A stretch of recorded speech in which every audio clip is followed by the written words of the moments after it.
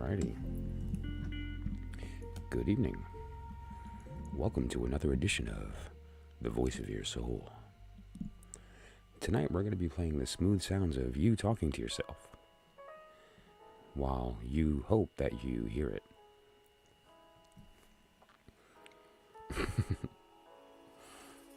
A little hermetic humor. Because what's the goal of what we're doing here tonight, right? Of course, the body's going to ask questions, but the soul's going to seek the truth. And so why not provide both at the same time? That's really what we're trying to do. And there's a lot of ways to go about that. And so one of the things I've been doing on the channel here is trying to make connections, right, between these different bodies of knowledge, the Hermetic, the Kabbalistic, the I Ching, the Tao, the Vedas, Rosicrucianism, the Masonic, Judeo-Christian, Theosophical, I don't know, Thelemic, Goetic, let's see, what else did we cover, right? And basically what we do is we take all these, right, and we kind of stick them in a big ball and we shake it real hard until all the differences fall away, and then what we're left with is this beautiful story. And what that story is the story of your creation from beginning to end. It's also, incidentally, the story of the universe and its creation from beginning to end. And the cool part is that you wrote that story. You know how it ends because you lived it. So when we use these tools like the tarot or the I Ching or the runes or some various means of divination in order to speak to some higher place, we're not actually looking into the future, we're looking into the past, right? We know how the story goes, and so what we're really doing is just looking at what's presented to us in the cards or whatever device we use, and we're finding our story in it. It's kind of easy to see once we look at it that way, isn't it? And then the next progression from there is wait a minute, does that mean I don't need the cards? That's right. Your soul is always talking to you. If you want to hear it, look around right now. That's your soul talking to you in light. That's it. I've said many times here that we're not the thinker, we're the observer of the thought. Right? Your thoughts are as much yours as my voice is yours. You hear my voice entering your ears, that doesn't make you me, right? Thoughts enter your mind, that doesn't make them yours. They're a product of the brain. We're the observer. Well, that's half true. Turns out we have a different relationship there. We're not the observer. We're the thought itself. The brain produces the thought, and the observer views it, takes it in. But what we actually are is the observer and the thought. And that's the dichotomy. That's kind of the hard part. So what we have to do is kind of consider that there's two lenses here at the same time. It's almost as if we're looking into a mirror and not realizing that there's only one side. And when we have that realization, when we understand that when we try to hear our voice and it doesn't work because we're trying to hear it with ears, and we recognize that the only place you can hear these things is in our heart. You can only hear divine mind in the heart, and you can only speak to divine mind to its heart. And so when you switch it up and you start to use the proper sense, all of a sudden the conversation's obvious. And then the magic happens. Because then you have the power to turn that lens. And when you turn the lens, you can see yourself through the eyes of the world. You know, the first time I said that, it was poetic, and I understood that it had a deeper meaning, but I didn't understand the exact meaning. Lauren, how's it going? Some fun stuff I want to talk about tonight, actually. While you're here,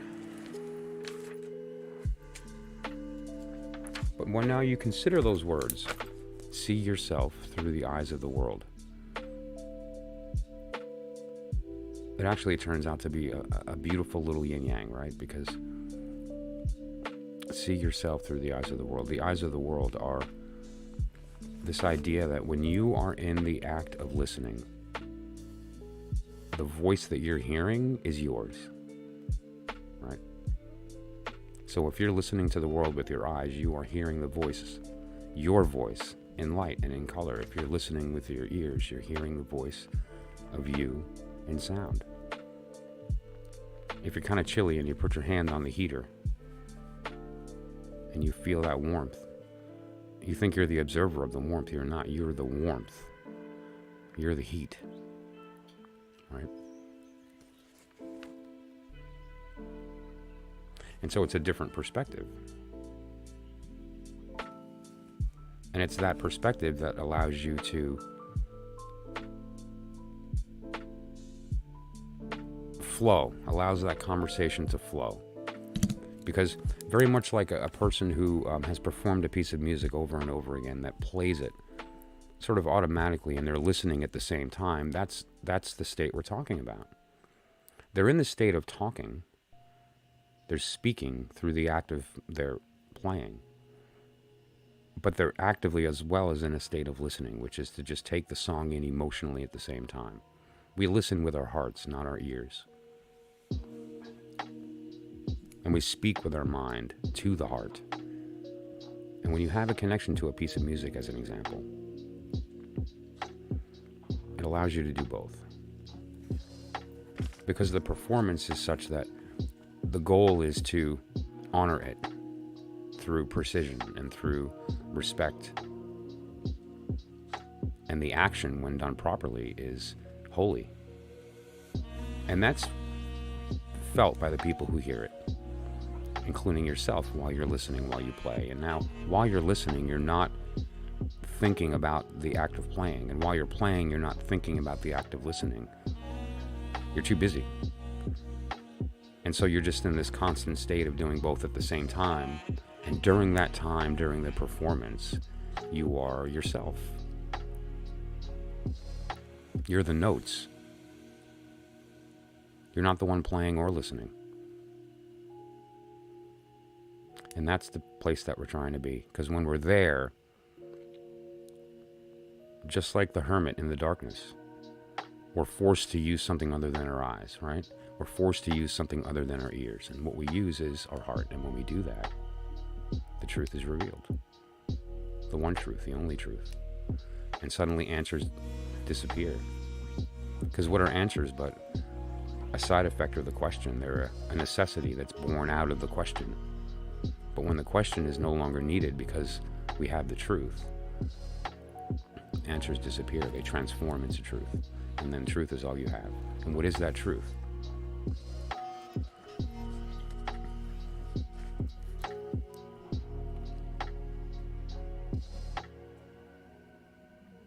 So, Lauren, we have to figure something out as far as getting together. I know your work hours are a little weird, and mine are kind of like, I don't know, I'm very open, but also very sort of limited at the same time. It's a weird dichotomy, but we have to figure that out because there's a bunch of stuff I want to talk to you about.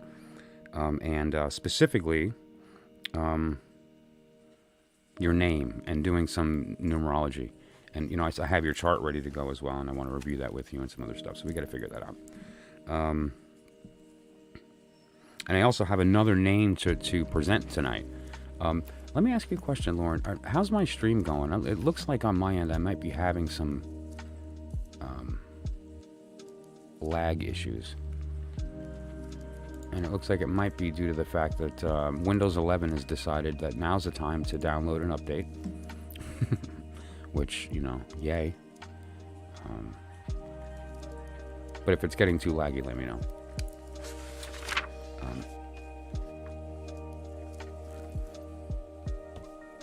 But now, what are the things that I wanted to talk about this evening? Once we have come to this place, so let's say we've come to this place, whether it's through walking it with somebody, or whether it's coming to it on our own, or going through the work and having that thunderclap. Now what? Thank you. So what do we do now? That's sort of the secret of this whole thing, is that, it seems like that there's a journey that we're going through, and that's the destination, right? And the destination is this enlightenment. And once we achieve this enlightenment, we leave our bodies and float into the universal oneness, and that's it, right? Or maybe we get petrified and we sit in in a meditative position in the state of Om for eternity.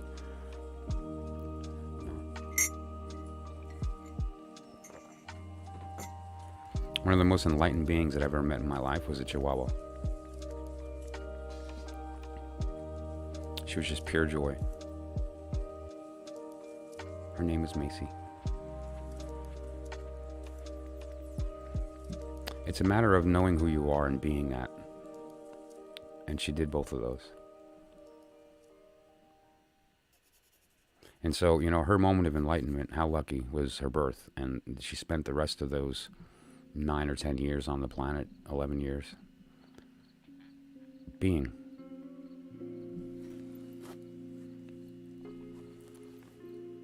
But of course, that's no fun, because we're not dogs. We're people, and we want to play with our toys.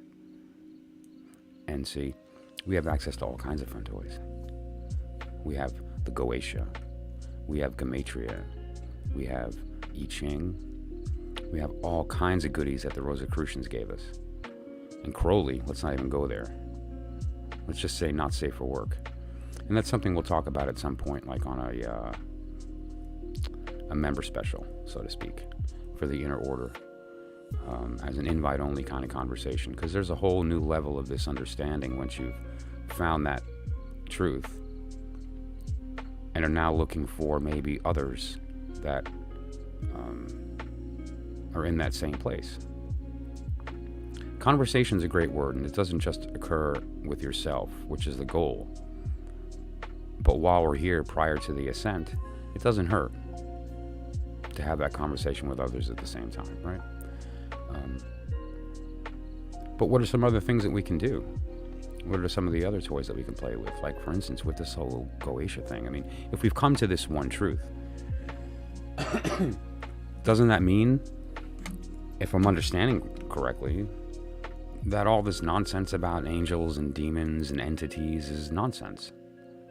Right? Doesn't it just sort of steal the magic? Doesn't it just sort of make it all boring? Quite the contrary. The reality is once you have this understanding, you realize that those entities are more than real. They're extensions of yourself. They're little pieces of your personality that you have access to at all times. What are these words? What are these names? What they are holographic representations of the matrix that they're grown on. It's the formula of their crystalline structure, and when you speak it, very much in the same way that you come upon the flower when you're walking through the woods, and in that moment when you have an emotional reaction to its beauty, beauty is created, and the flower has purpose and form. The same thing occurs when you speak the name of the angels. Each angel having its own name, what that ultimately does is it creates a form in your mind. You're giving it purpose, and in doing so, form, and it is very real. And the personality of that angel is related to the will during its creation, right? What are you instilling into it during its creation? Because why is it created? Out of necessity. Courage doesn't exist until fear does. Fear creates courage out of necessity. Suddenly courage exists. And when it does, it creates a space in order to occupy it. But now the fear disappears, and so does the courage. Because again, the courage really isn't a thing. It's a reflection of the fear, right? It's another side of its personality. And so when the fear goes away at the same exact time, so does courage. Poof. And the space it occupied is still there, ready to be filled with something else. That's the definition of transformation. What do we fill it with? An entity. What is that entity? Fake it till you make it. Love. Okay, love. Well, then we can go to our chart here. And let's just, for the sake of the fun, because again, what are we doing here? We're playing with toys. That's all we're doing. So let's take the word love, and we're going to, just for the heck of it, let's use the word, the letter Lamed. And then vow. for O, and then vow for V, and then hey for E. So 47. 47.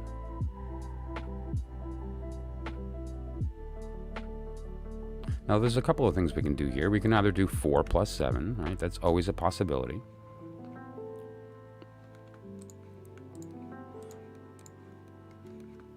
And by doing 4 plus 7, we can kind of reduce it down to one number. The 2 wanting to become 1. It's an 11 waiting to be a 2. It just, you know, it's begging to be a 2. But we leave it at an 11 because it's a holy number. So what it really is want, not have. Have is 2. 11 is want. It's this constant sort of seeking the other.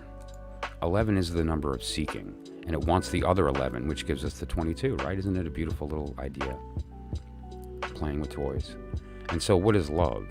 Love is the desire for the other, right?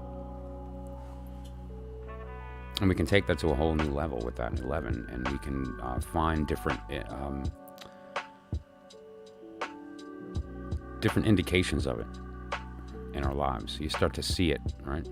11 is one of these numbers that pops up all over the place on YouTube channels talking about 1111, or whenever you see it, it's your spirit talking to you. That's not true. Anyone who's been to the channel here knows your spirit is always talking at all times, always, in every way that it possibly can. It's screaming to be heard. It's speaking to you in color, light, sound, touch, taste, smell, thought, emotion. It speaks in symbol and riddle. It speaks in the songs we hear.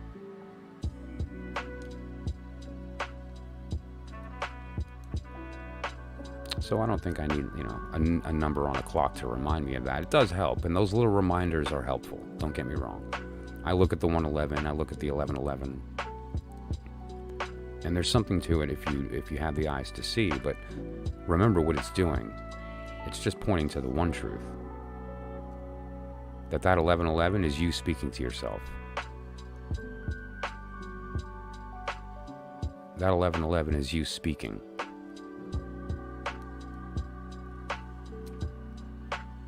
So what you're saying is that you have this emotion that you raise in your heart, and as a necessity, another emotion is born from it, and that other thing that's born occupies space that once the original emotion is gone, it disappears. The space is left empty and can be filled with whatever you want, and you fill it with an entity. That entity is a psychological manifestation of that will in a symbol. It's then put into this and is given actual form through your intention and your seeing it through the eyes of the world, speaking it to the divine heart. Yep, that's what I'm saying. And when you do that, things happen. That's how things happen. If you ever wanted to know how things happen, that's how they happen. Bark on the truth, Chloe. You hear Chloe in the other room barking on the truth? God bless her. That's my little white dog, my Chloe. She's my buddy. Let's call her and see maybe if she'll come and say hi. I'm going to mute the mic because it's going to be loud. Hang on.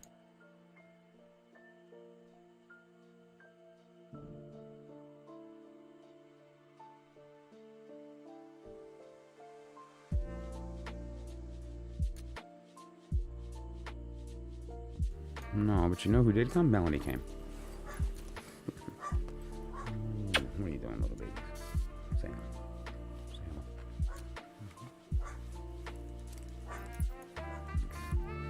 Yeah, Chloe must hear something. We are getting some weather right now, so there's some rain going on and some thunder.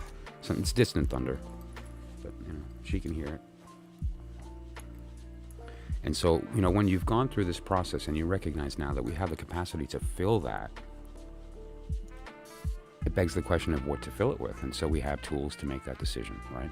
And so we're going to talk about that tonight. One of the things that we're going to talk about is now that we've walked into the inner sanctum and we've had this lightning clap, this flash of truth, and there's no going back. We know it now.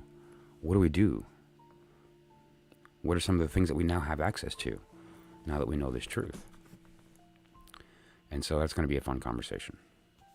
One of the other things that we're going to be talking about tonight is the power of ritual, and that kind of goes into what we're speaking about in the first segment, right? So now that we know, let's talk about what ritual is, and we're all familiar with it from a certain degree. Anybody who's bought a dozen eggs and dyed them, hid them, and went through the process of finding them and that whole thing knows what a ritual is. Anybody who's dipped bread in wine knows what a ritual is. Anybody who sang happy birthday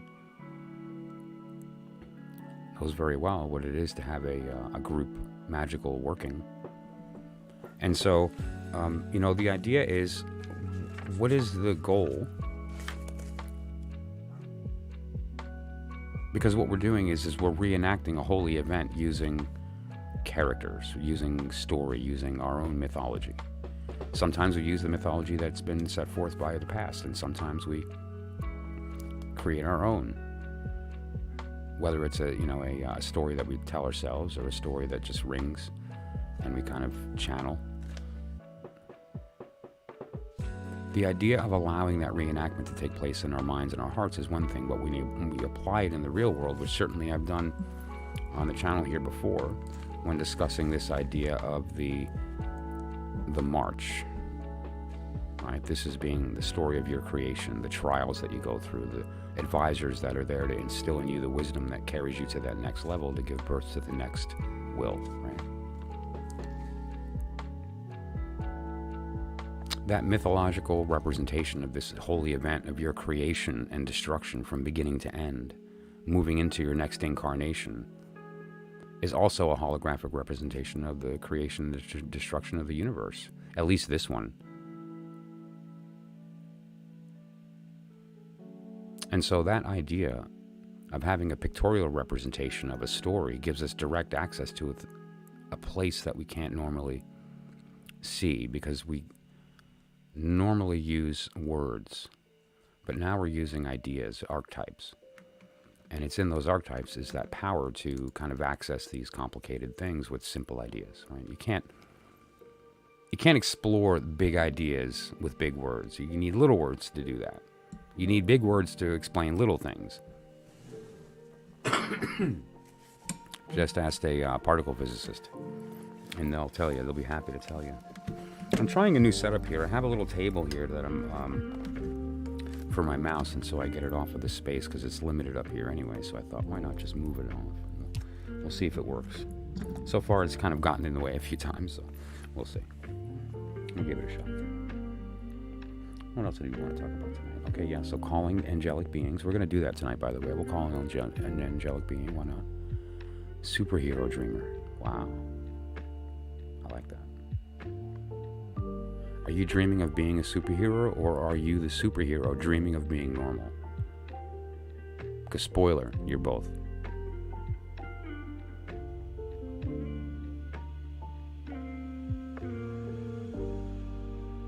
I'm going to read to you tonight from Morals and Dogma.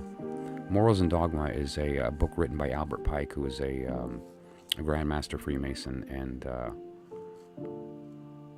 it's really hard to describe what the book is trying to do. It essentially describes the degrees. Good to see you. See, look at this. We keep having, people coming back is really great. It makes me feel good. And so, one of the things that he tries to do is to make the correlations between the Freemasonic system and the Kabbalistic. Which obviously, once we understand that, it's the Rosetta Stone, and we can make the connections between the Freemasonic ideas, that at least the public ones, right, and some of these other ideas, like the Rosicrucian system, like the Hermetic, or the any of the stuff from Zohar or Sefer Yetzirah, any of the stuff from Blavatsky. It's it's all connected if you have the key. And certainly ritual is one of the ways to go about that, and that's one of the reasons that we're going to be speaking about that tonight. That's going to be a little bit more of an inner order type thing, just due to the nature of the subject. And then we're going to have all kinds of fun, right? We're going to slip back into the outer order, because when you're in the outer order, it's permission to insult deity, right? Once you're in the inner order, you got to kind of take it seriously. But when we're in the outer order, not so much. That's why we change our names. A couple of decks I wanted to test tonight, you know, put them to the test. Does it point to the one truth, or is it just an art piece? So the two decks I'm going to be looking at tonight is the Alchemical Tarot by Robert M. Place. Spoiler, he is a very powerful magician, and I have no doubt we're going to find it in that deck, but let's take a look. And then another one of his decks, which is the Alchemical Tarot of Marseille, and that's a great, beautiful example of what he did. So we'll take a look at that as well. Slightly different symbolism, but really not so much. And so, you know, which one really has the chops, right?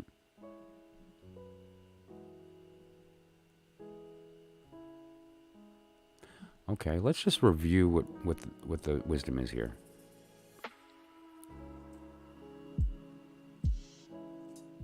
Okay. I don't know if that last part's true, so I have farted and it was not okay. Well, so it assumes that the expectation and the reality were different, which is really just, isn't that the way we walk through life anyway? The expectation is all right, I'm just going to let this go, no one will notice, and then it turned into something else, right? And so the first sentence is really just talking about the fact that expectation and reality are never the same, and of course, expectation is the mother of disappointment. And so had we not had that to begin with, it wouldn't have occurred. Let's look at the second part here. A problem that is your own to deal with. I don't know about that. I feel like this is a problem for everybody in the room that now has to deal with that smell. Everybody that has to deal with the awkwardness of when you walk in the room and they go, oh God, it's that guy. And putting them in the state of like, what do I do? Do I just try to ignore it? Is he going to notice that I'm trying to ignore it? How long does it take before you can finally like walk into a room and then people don't think about you as the poop guy? And then obviously that's going to affect how you deal, how you communicate, how you navigate that situation also. Yenis, how's it going? Wow, thank you for popping in. I'm glad you're here tonight, actually. And so, you know, it's certainly everybody's. You know, every little cause has a major effect. The smallest particle banging into the next smallest particle is felt by the end of the universe much quicker than you think. And so, you know, every cause has an effect. It's the law of causation. I shall read to you from Kabbalion. I believe causation is number 6, or is it number 12? One is 6 and one is 12. Every cause has an effect, and every effect has a cause. Everything happens according to the law. Chance is but a name for law not recognized. There are many planes of causation, but nothing escapes the law. Oh, you walked in on, we're going to be calling some angels and demons. We're going to be doing Gematria and Notarikon and Temurah, and we're going to be doing some tarot readings, I guess. I suppose. We're going to be speaking with my holy guardian angel. Oh, you're going to love that. It's a blast. No, what you said is very wise. That's the point. What you thought you were going to say and what you did are two different things. That doesn't make you dumb. It makes you the vessel. It makes you the perfect vessel of the truth. You speak it without knowing what it means, and you wind up enlightening everybody in the room. Right? So just consider that. You're not dumb at all. You're an asset. And it's valuable.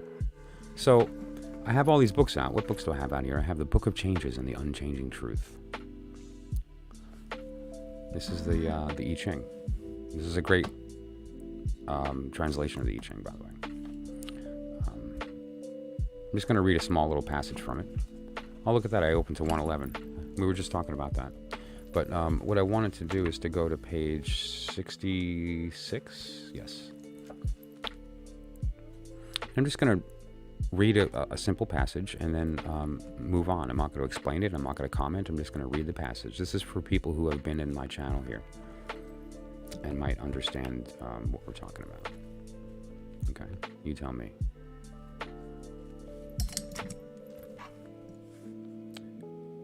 The Chai Chi 2 at the center of this chart shows that as yang expands, yin expands as well. In this illustration, the 12 terrestrial branches are fixed, while the 10 celestial stems spiral outward in a clockwise direction, giving rise to the 12 major segments of yin and yang. So just to be clear, the branches are fixed, but the energy rotates around that fixed and it creates vortices. Isn't that beautiful? Where have we seen that before?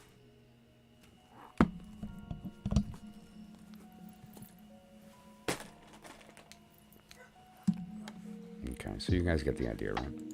It's everywhere. It's everywhere. Once you know the story, once you understand the language, you see it everywhere, right? And so we're gonna, when we hit the tarot in a minute, and we start seeing these combinations and these connections, it's really something.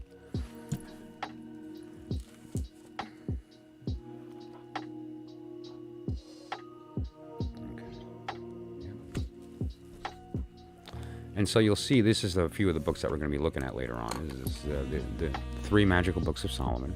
Specifically the one that we're in reference to, it's the lesser key.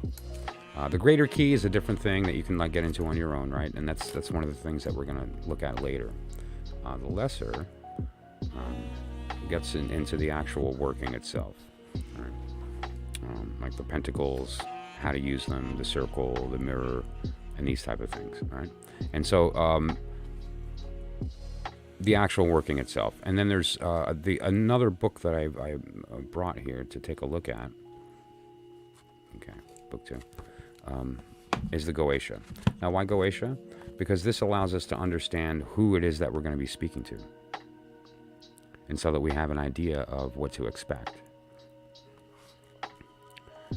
And so that we know when we're sending them out,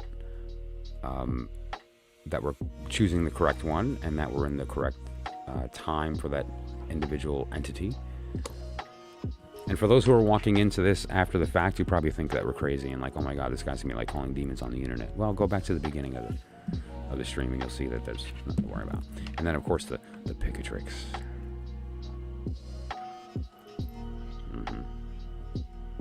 This is a great edition, by the way, too.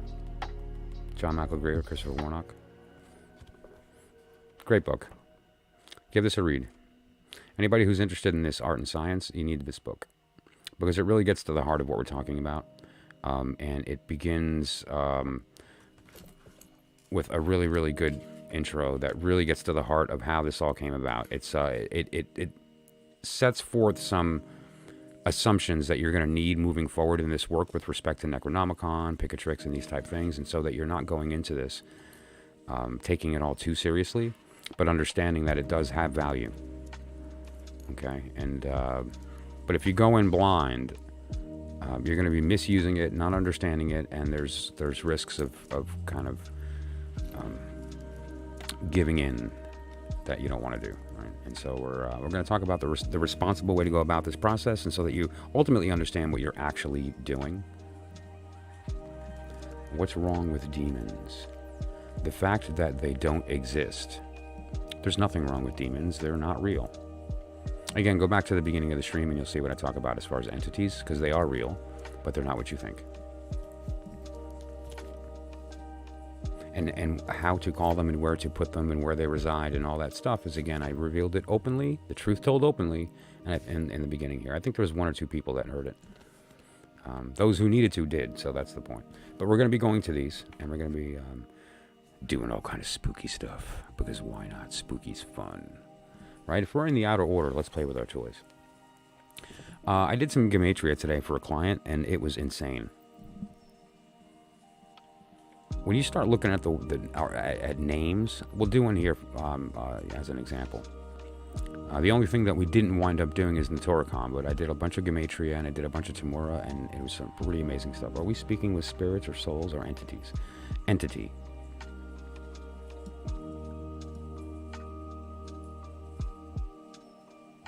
No, we are the demons. They are little pieces of us. They're little parts of us in combination and sent forth. It comes down to understanding that one truth, and when you do, the access that it gives you is the power of transformation, which is taking a part of your knowing, giving it solid form, animating it, installing a personality, and setting it loose. And now those steps are real. They're probably not what you're thinking, but if and when they're done properly, the effect is real. You know, that's the one big secret of all this, is that this is all lies. And the second most important secret is that it all works. It works. That's why, you know, people empowered do this. That's, you know, and it's not what you're thinking, though. It's not some kind of cinematic thing. It's a matter of understanding the mechanics of the communication, the actual secret of that, the key to that, of who's speaking, who's listening, and what you're talking to, right?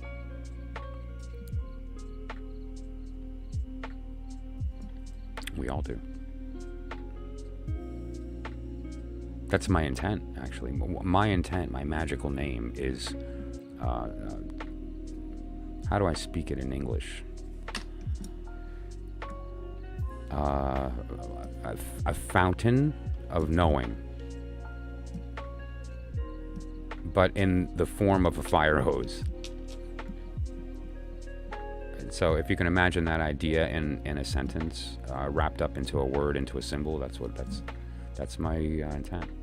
And so that's one way of putting that is that, like, I'll be the battery for you.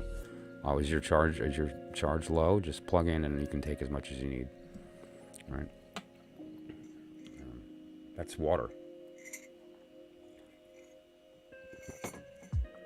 But the source of the water is divine mind. And, you know, those who've been to the channel know what that means. And, maybe I'll show you the diagram. Why not? Let me just plug the system here. What do we have here? Okay. Who is that? I don't know, it looks familiar.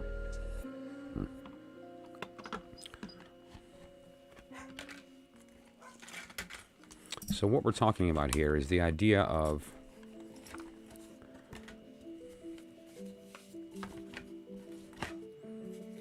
who's speaking to whom and when. Right? Isn't that the ultimate question? That's the ultimate question. Who is speaking to whom and when? Right? And so once you know the answer to that, everything else is open to you. And so here's the idea. When you are wanting to enroll your higher self in your will, you need to speak to the right part with the right words. A word for that is magic. Another word for that is prayer. Another word for that is, well, there's a lot. This is the secret, right? Here's the answer.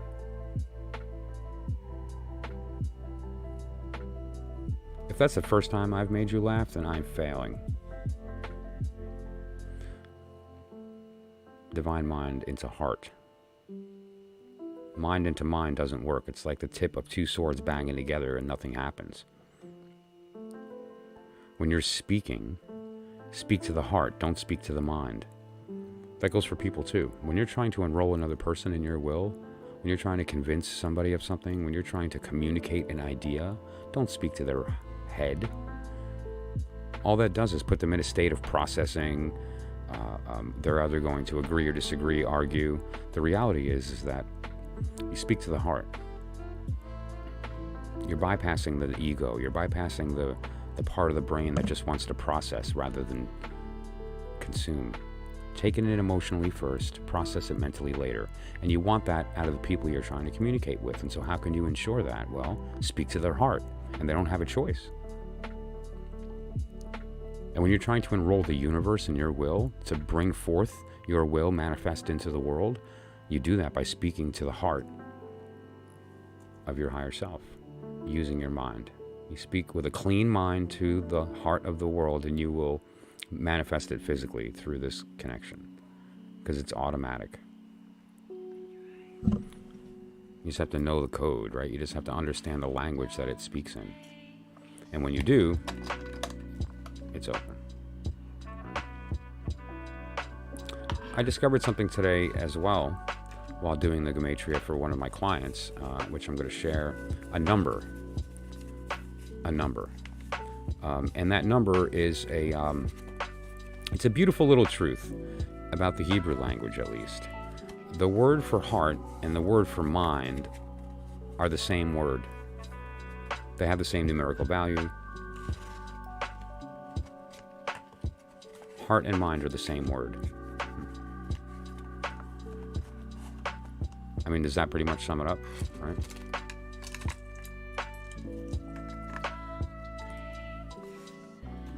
Okay. You get the idea. Okay.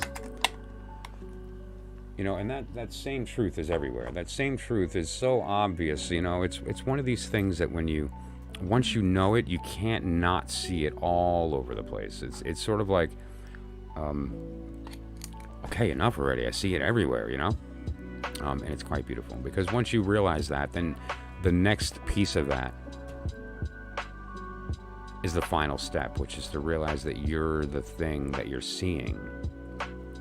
You're not the one that's doing the looking, you're the thing being looked at. Next time you listen to your favorite song, that's you singing to yourself. That's your voice. Right?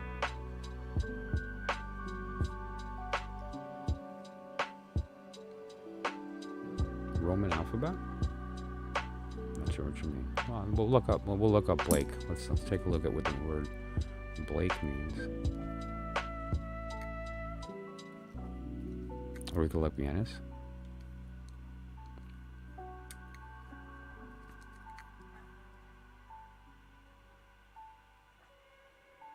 So Roman alphabet, yeah, I'm not sure. Well, I mean, you know, there's a number of different ways that you can do that type of permutation. If we're doing strictly the Hebrew, you have to keep in mind that Hebrew is written phonetically.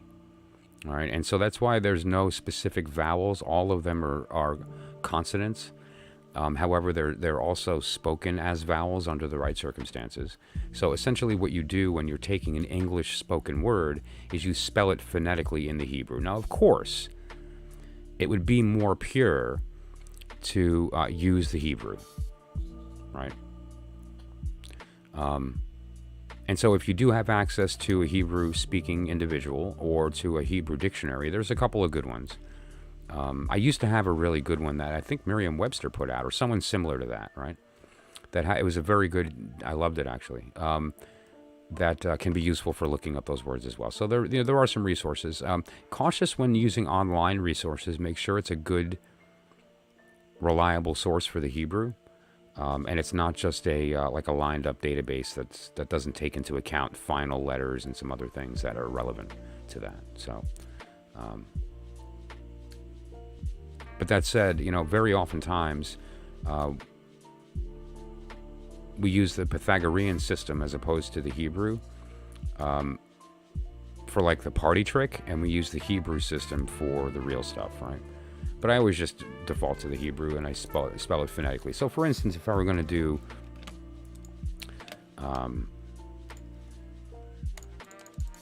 something like the word Roman, right? So we would go resh, vowel for O, mem, aleph, and then nun, right? So 297 would be the word Roman because of the way that it's spoken, how it sounds, right? And so 297, we know that the 9 cancels, and so this is going to be a 9. All right, so let's just do that. 9 plus 2 is 11, plus 17 is 18. 1 plus 8 is 9, right? So it's a 9. And so we're going to, first of all, let's look up 297.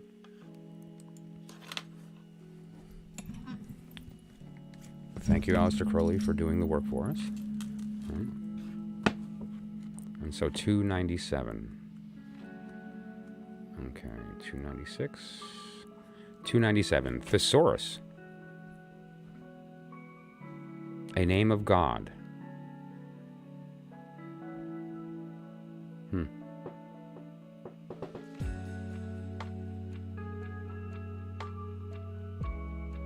a secured house, a fortified castle, the city of Adam, a throne, Nuriel, the neck. Okay. Interesting. But you get the idea, right? 297. Okay. Now, Thesaurus, that's very interesting, too. I like that a lot. You know, there's this idea. Well, the words moon and sun. Well, see, that's an example. That's an interesting question right there, the moon and the sun, because how would we do that, right? Would we do the English word M-O-O-N, or would we look up the Hebrew word for moon, which would be more appropriate, right? And so we could do both if you'd like. Is gaslighting okay? That's funny. Well, you're gaslighting yourself every moment, so you tell me. Is it okay? Is it making you happy? Do you feel fulfilled? Chances are not, and so, Because, well, all kidding aside, though, what is gaslighting?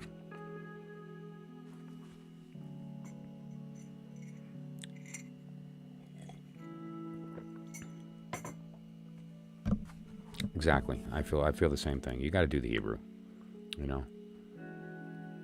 Besides, Yanis, you struck me as somebody who takes the work seriously, as you know, right? So, I imagine you're the type to go for the Hebrew. By the way, I have to get you a name, and we have to find a deck for you. I've assigned a lot of decks. There's so far I've assigned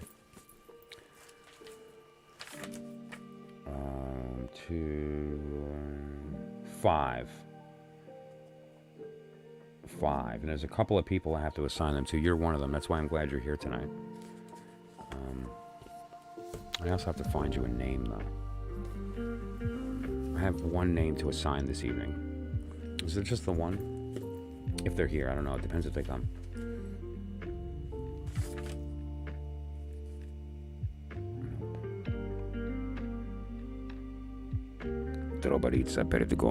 Are you still here? Where's Purdy? Purdy, say hi. I miss your face in the chat. Shushu, if you're here, let me know, because I have a name for Wendy. And I found her a deck. And I found yours too. Also, Missy. If you're here, I found your deck. Well, you know, I told you already. Oh, you want me to talk about Lilith? All day. All day. I already have, actually. But yeah, all day. You want to see Lilith? I'll talk about her right now. I have a picture of her.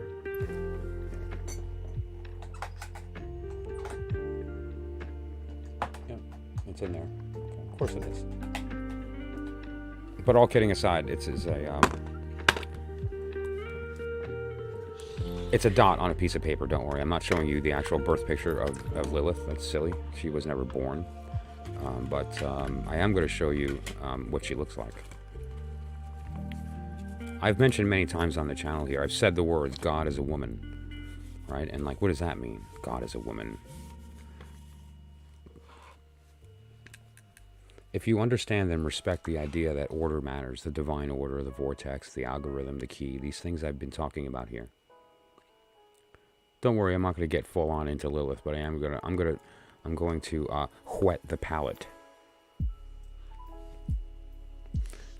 We're going to get those juices flowing for when we decide to talk about Lilith. So, if you understand that this is the tarot that we're told, Wand, Cup, Sword, Pentacle, but there's this truth, and that truth, once you've unlocked it, makes you realize, no, this is the tarot. And in fact, some things get swapped around. And we understand, once we do the work, that it's that pesky abyss. It's that place from in between high and low. It's almost like a window, kind of like a mirror, right? That's in between the higher and the lower world. And when things fall between that abyss, they get twisted and turned around, and they seem opposite. And so if we want to know what it looks like beyond the abyss, all we have to do is think about what we see and think about what it looks like up there. So like, for instance, because these are pinned to the column, they don't swap during the vortex, but the ones in the middle do. That's why the normal order down here on the top, the divine order, they get swapped and it turns into an upside down sword and an upside down cup. But what that also means is that things get topsy-turvy, the gender changes. And so what we have down here, which is the union of the higher and the lower, up here there is no union, it's just the higher. So that divine penis actually in the higher world is a vagina, right? That's why I have it drawn here like that. And at the end of the day, what we're talking about is that because we see God the Father, then we know it's us, the mother. Okay? All right. So what is Lilith?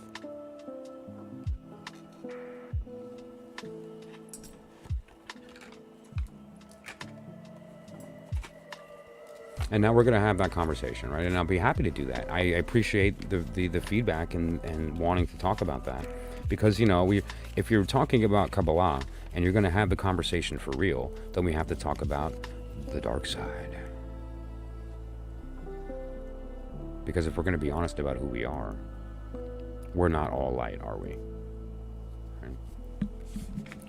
And if we don't recognize that and we ignore that part of us, then it tends to become out of control, or can tend to be misunderstood to the point that we don't recognize it when we should, and it becomes us instead of a tool.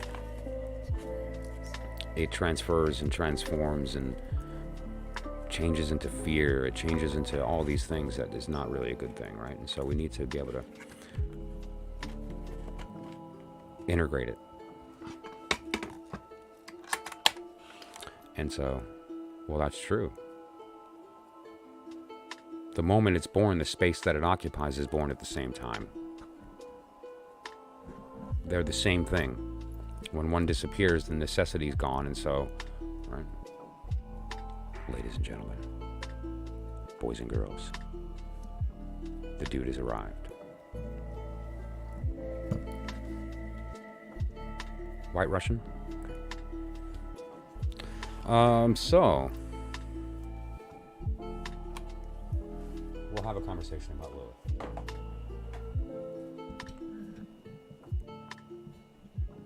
That's going to be a good one. We'll also do the Gematria on her name.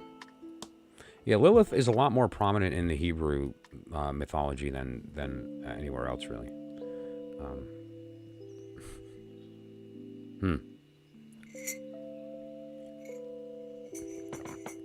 Don't forget the algorithm. Every two has a third. Black is opposite of white. That's true. They're opposites. They are. But they're not really. They're kind of the same thing. All right? Which means I have another opposite, which is color. Black and white in color. They're opposites, right? Kind of. But there's really two sides of the same coin. And so what's their opposite? Shade. Gray.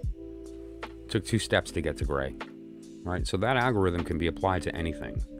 And when you do, it kind of really gives you insight into that thing, right? So what are we talking about here? We've come to this place. We found the truth. We've walked into the inner sanctum, and now what? Now we have this beautiful knowledge that the fact that when I'm listening to a song, that's me talking. That's the sound of my voice. My voice looks like orange. Why? Because I'm looking at it. And what happens is, very much like me walking through the forest and I look at the flower. And before I look at it, it's just a flower. Just doing its thing. But when I look at it, I have an emotional reaction to the color. I feel something. And in that moment, that flower has a purpose. Like beauty was created in that moment. Prior to that, beauty didn't exist. It was just a possibility. It took me walking into the presence and the two of us having this experience where it speaks to me, its color, and I hear it. And then beauty is created. That's a beautiful thing. And then what happens is that flower suddenly has form. It's created. It's a real thing. But what that conversation is is even more beautiful, because the reality is that we're not just the thing that's looking. We're not just the thing receiving the color. We're the one speaking. We're the flower, casting, waiting, for no reason, just because, until somebody comes along and sees us. So that's the idea here. And then now what? Well, what that allows us to do is to understand the truth. And what is that truth? The truth is that if we are the only real thing, born at the beginning of time and at the end, knowing the beginning and the end, because we lived it, but we're also in the middle, telling the story at the same time. And when we look out into the world, all we see is ourselves talking back to us. It gives us the power of the conversation. It gives us that ability to speak directly into the divine heart and to feel divine mind in ours, and to just open up that conversation. So when we put out what we want, so to speak, it can't not be done. It can't not be. The question is whose will is speaking, because that's the one that's going to win.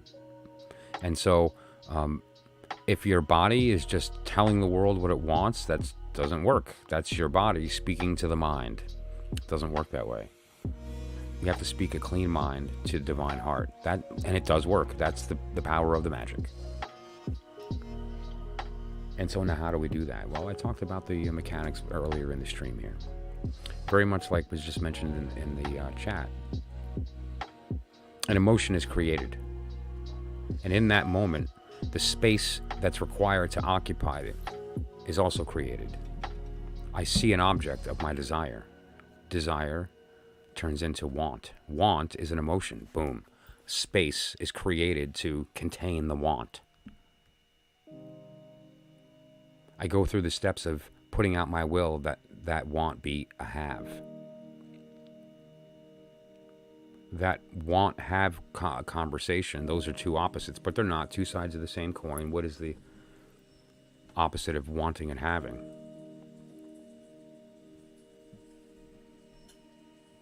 Not needing to begin with. It's the idea of recognizing that the thing that's the object of your desire is you.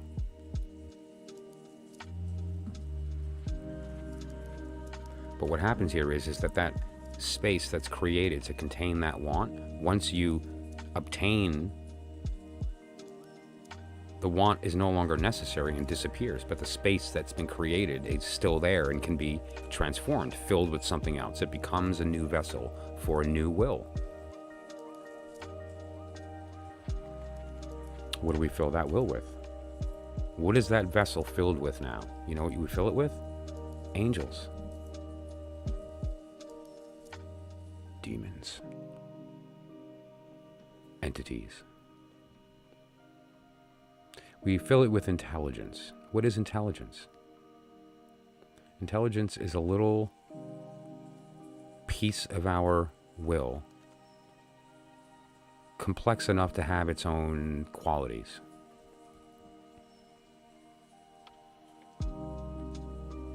It's a little piece of divine, who's you. It's a little piece of you that fell and separated a little bit. And one of those is a divine little piece of intelligence. That's the part of you that enjoys the smell of burnt when the toast is and breakfast is getting ready. Or it's that there's another intelligence. That's the thing that you use to say the right thing at the right time. All kinds of different intelligences. Now, we can give them names. And when we do, we give them an identity. And when we do, it has a form. It becomes real. And once it's real, we can set it forth into the world to do its thing. And if the will is correct, if the communication was proper, it will be done. It will be done. And now if the work that you set that thing forth toward is your and the world's growth, then it accelerates. When you set that forth toward the growth of another, toward that one truth, then we all benefit. And so it's important that you know who you're calling and for what purpose, right?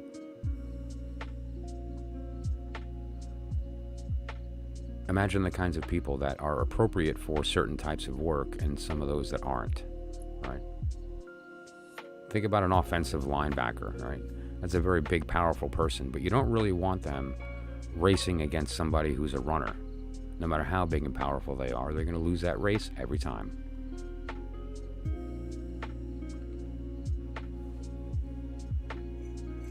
So make sure you're calling the right help.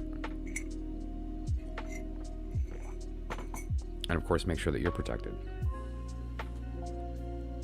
You're inviting entities into your being.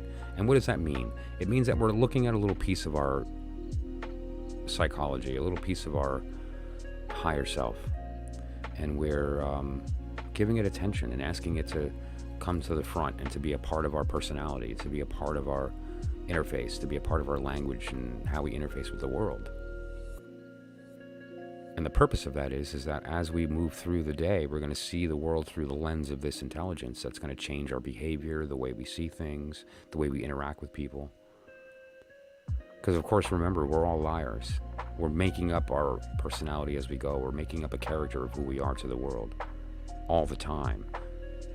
And what informs that? What is it that decides what that is? It's the intelligence that we just assume when our cup's empty and we just let it fill with whatever because we don't realize we control that process. And so we let it happen automatically. And what's it filled with? Whatever nonsense, ego, and the world tells us we are. We're not those things.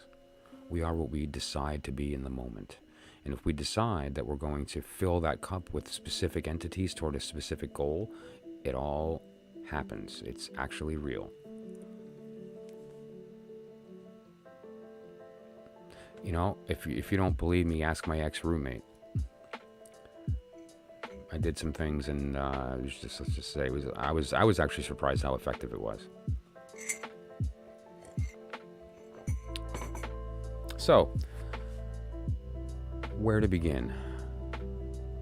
The first thing I thought we would do is just take a quick look at a couple of tarot decks and see if they actually pass the test. Like, let's see. Here's Crowley's Thoth. A spoiler, it's the perfect example. There's no better deck on the planet. Does that pass the test? This is the period of time that we're in right now, right? That's an upside down cup pouring into the, right? There's the sword pointed down. Okay? This is literally everything. You see the swap of the blues and the green to the green and the blue? Like, it's just the whole everything about this card says the truth. It all speaks it over and over. I don't even need to look at another card because there's everything.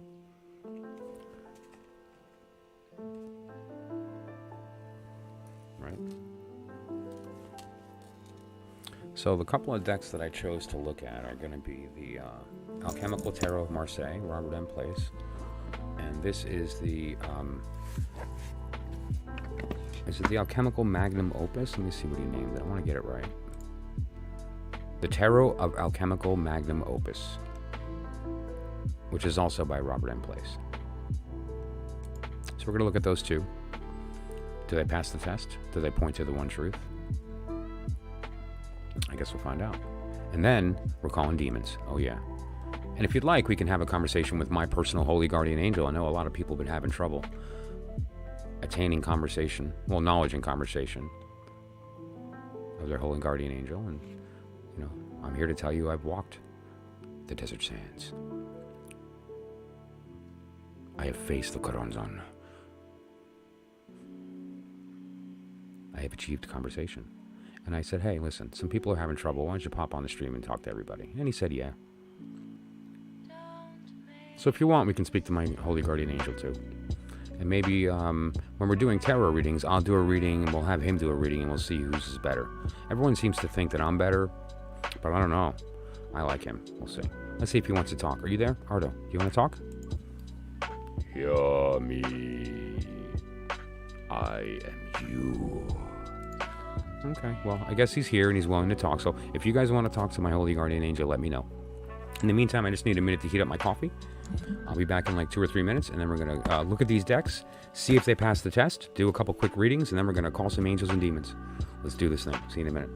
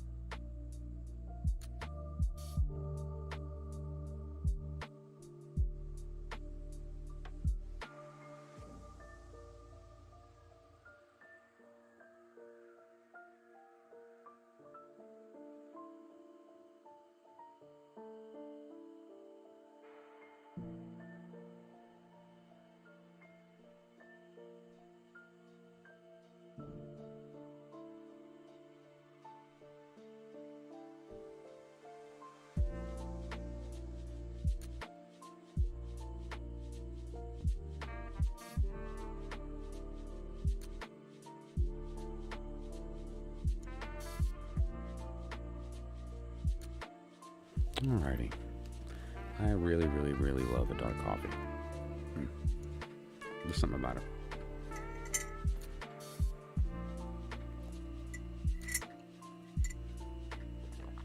Who knew?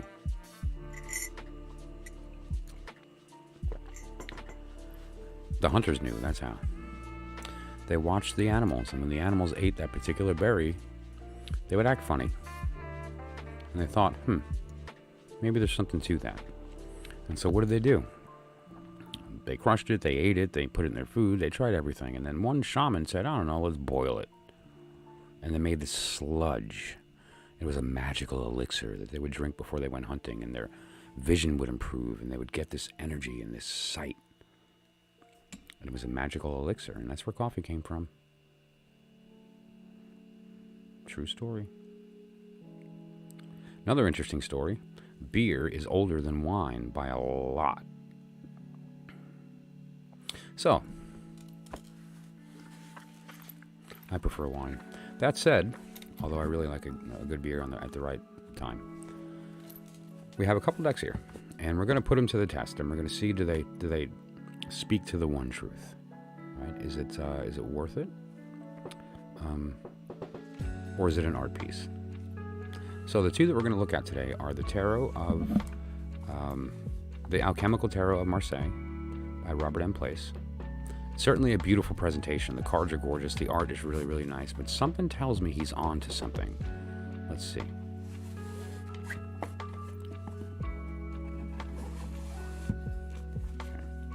Really pretty deck. Okay. Nice box, thick box. The cards themselves are quite thick. It comes gilded. You don't have to go through the process. Beautiful. And now the cards themselves have some symbols on them, right? Now we know that symbol. It's air. It's a sword. But now we'll see the majors have a little story on the bottom. And there's some other symbols too. Like we have an alchemical symbol, which I'll allow you to research on your own. And then we have the symbols of Mercury and Venus, or is it? And then we have the fluid going back and forth, right? This beautiful depiction of the red and blue, just gorgeous. And then the statement on the bottom, desire, if it has formed a habit of will according to reasoning of the soul, becomes temperance. Yes, good to see you. Thanks for coming in. Okay, so let's talk about that, because that is an interesting statement.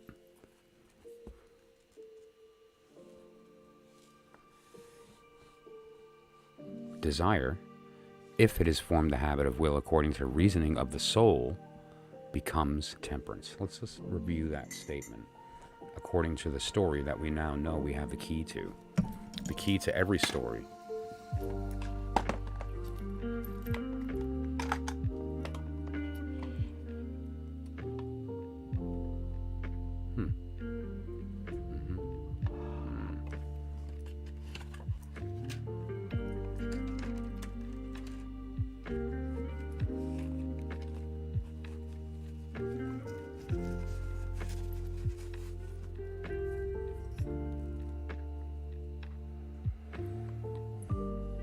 Desire, if it has formed a habit of will according to the reasoning of the soul, becomes temperance. Everybody see that? Gorgeous.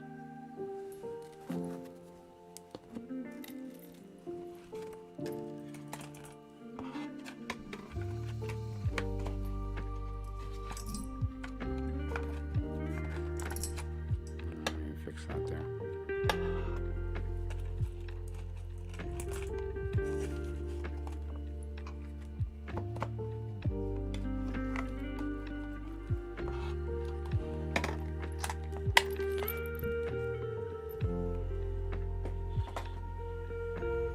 So right away we have a card that tells the story out of the gate. That's a good one. It's Temperance, right? And something tells me his majors are going to have that vibe.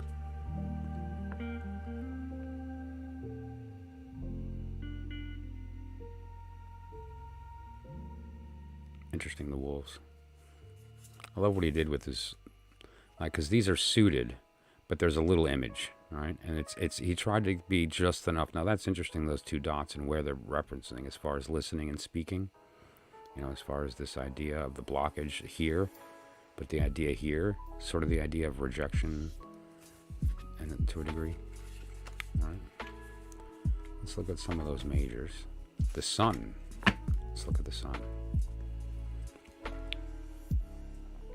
The sun is the begetter of all good, the ruler of all ordered movement, and governor of the 7 worlds. Yep. What is ordered movement? The divine order. The divine order is necessary. Okay.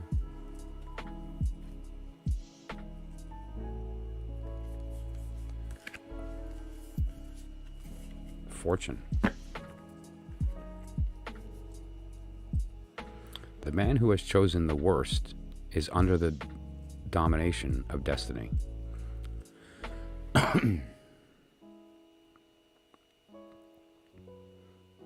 That's interesting. Because it almost reminds me of justice, right? The idea of the law compared to the laws. If you find yourself at the mercy of the laws, the lowercase with a plural, then you're riding the wheel. But if you understand the secret of the law, you're not even on the wheel. You're watching it turn.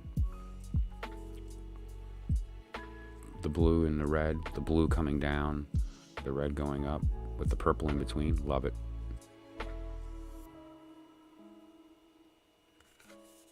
Also consider the fact of, you know, you have the human head with the ass in the back, and here you have the human bottom with the ass on the top.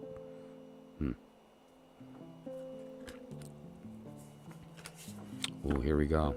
The biggie.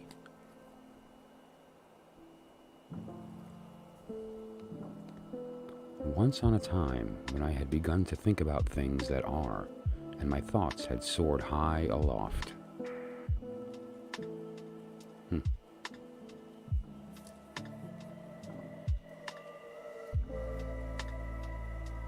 what he's wearing. I love that. The red and blue with the green arm.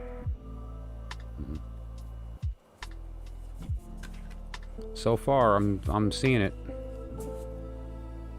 If not air a body, is not air a body, and does not that body permeate all things that are? Come on. The Hierophant. For there is, my son, a secret doctrine, full of holy wisdom.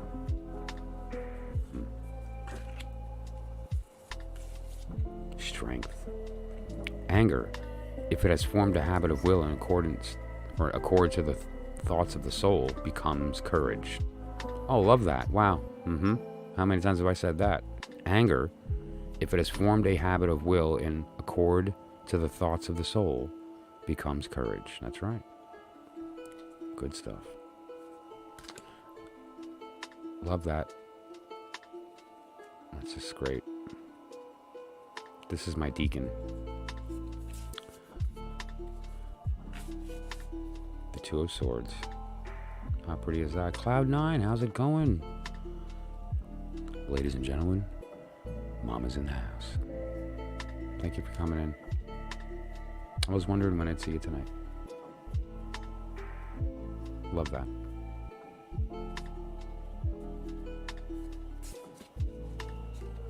Let's just find another couple majors.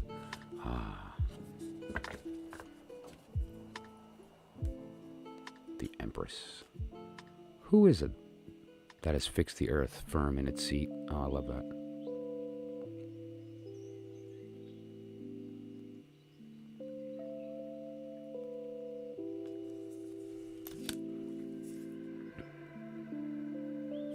Good deck, right? Oh, the Moon. Here we go. There's another biggie. The Moon promised to give light after the sun had run its diurnal course, and she said that already she had given birth to silence and sleep. Now, what's interesting about that is that we know that the Moon does not cast light, it reflects it. It's there to provide a little bit while the sun sleeps.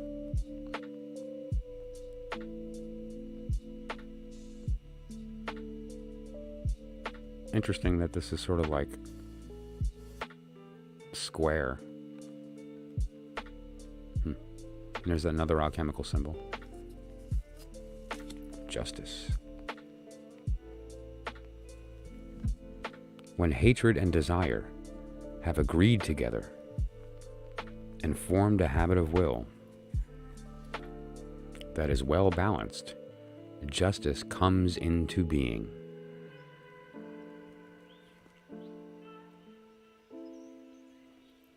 Standing on the union of divine will and divine love. Love that.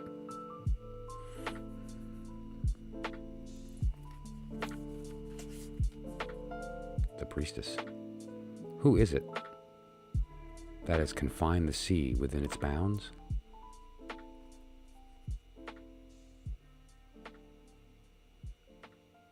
Go for it. Why not?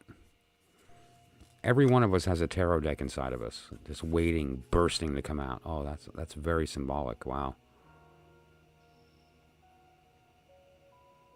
Look at the one that's in his heart. The divine mind in the heart.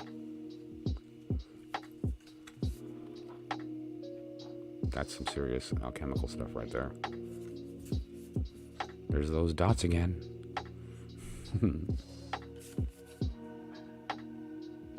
Great. Oh, look at them. Look at the two of them.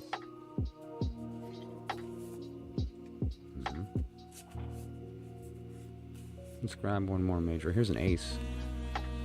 For since the world is God's handiwork, he who maintains and heightens its beauty by his attendance in cooperating with the will of God.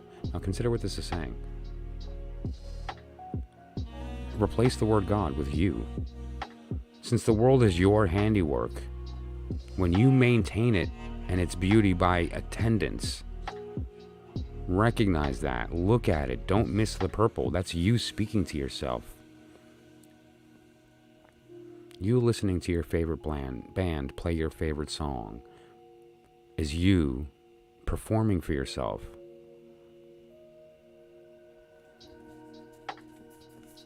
Let's find another major real quick, and then we'll move on to the next one. There's another ace, the Ace of Sword. And thus it came to pass that we men see as through the dark mist the things of heaven. Okay, let's find Hanged Man. This is the last one in this deck, and then we'll move on to the next. So far, this is a yes for me. This deck tells the one truth. That man gives way to boundless appetites, and by his own doing He makes the fire hotter for his torment. Wow, that's heavy.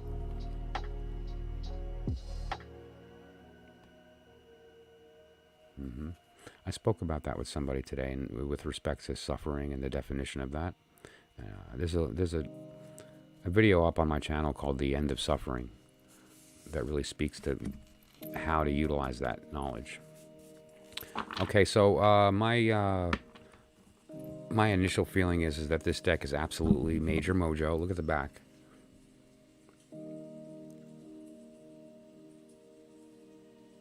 And definitely the person who made this deck knows the truth and put it in the deck. It's in there. Okay.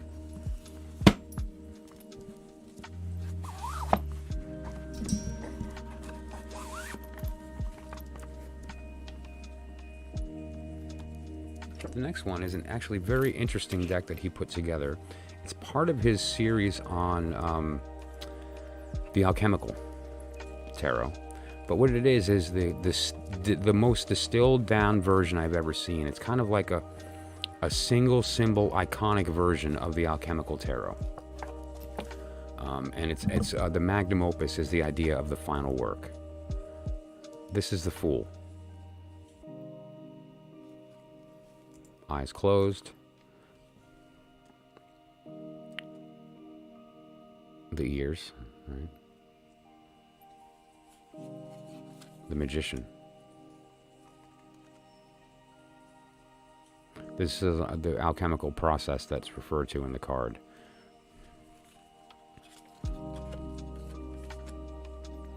The High Priestess.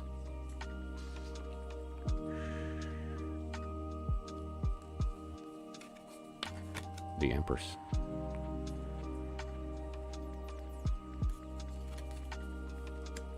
The Emperor.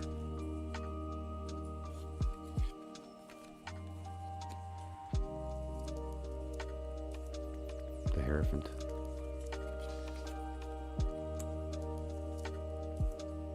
The Lovers.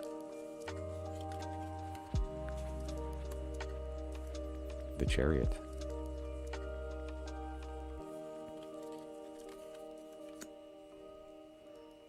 Justice.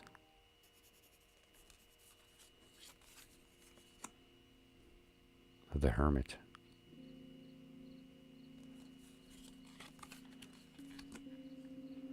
The Wheel.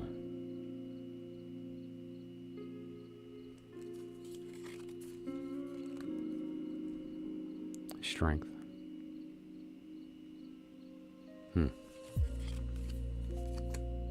The Hanged Man.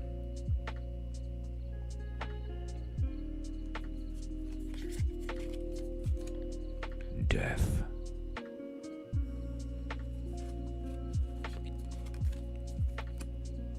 Temperance.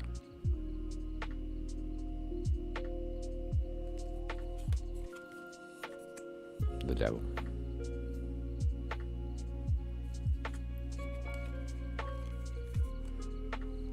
The Tower.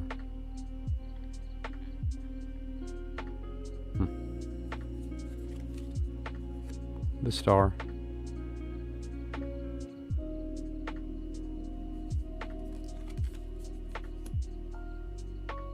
Love that. The Moon. That's great. The Sun.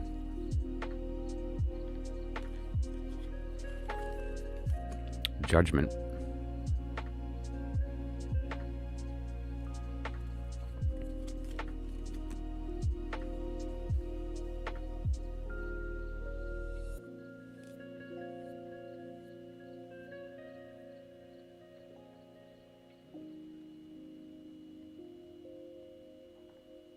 I don't know, something about that.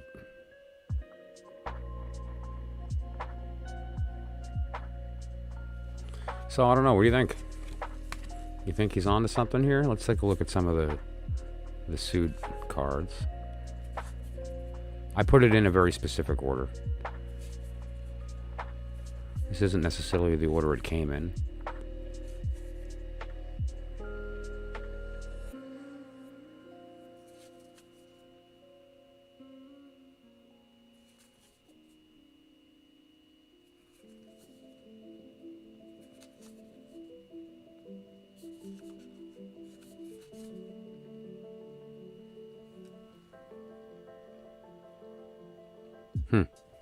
Interesting stuff here, right?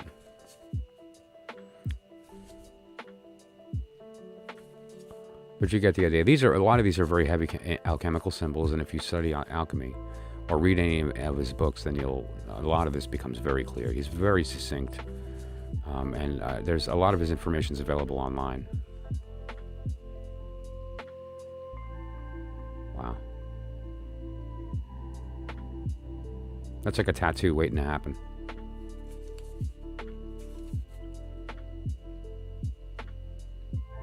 Whoop.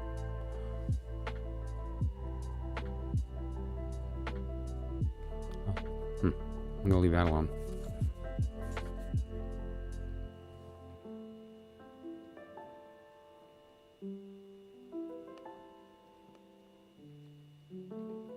That's great.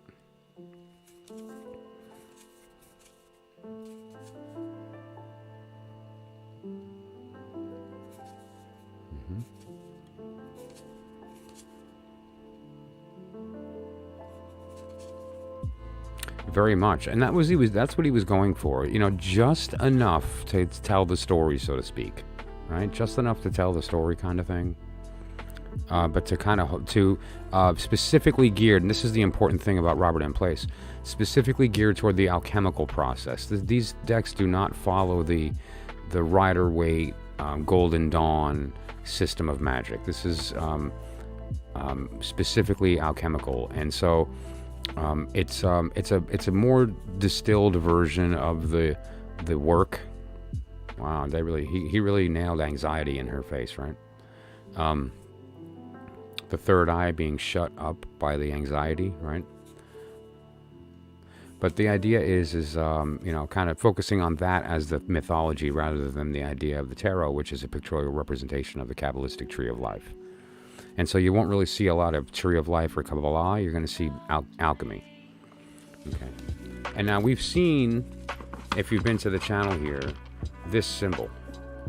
Where have we seen that symbol, right? We've seen that symbol on the cover of the Kabbalion, right? The Emerald Tablet, Kabbalion.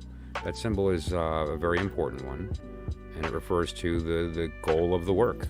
This is the symbol of the final work, right? In the alchemical process, at least. So.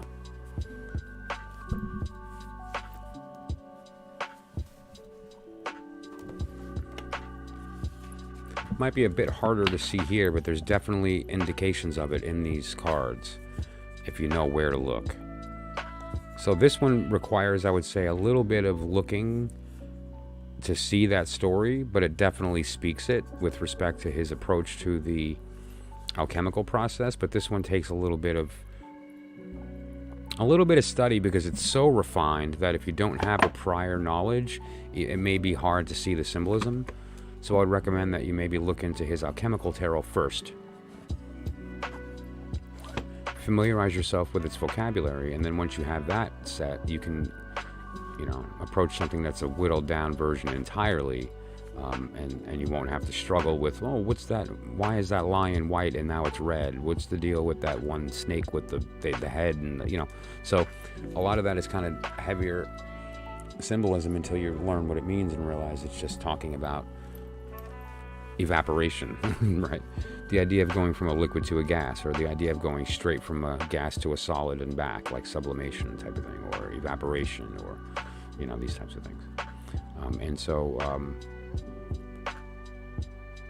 it's a beautiful access, though, to the truth. And so I'd say both of those decks pass. They pass the test. Right?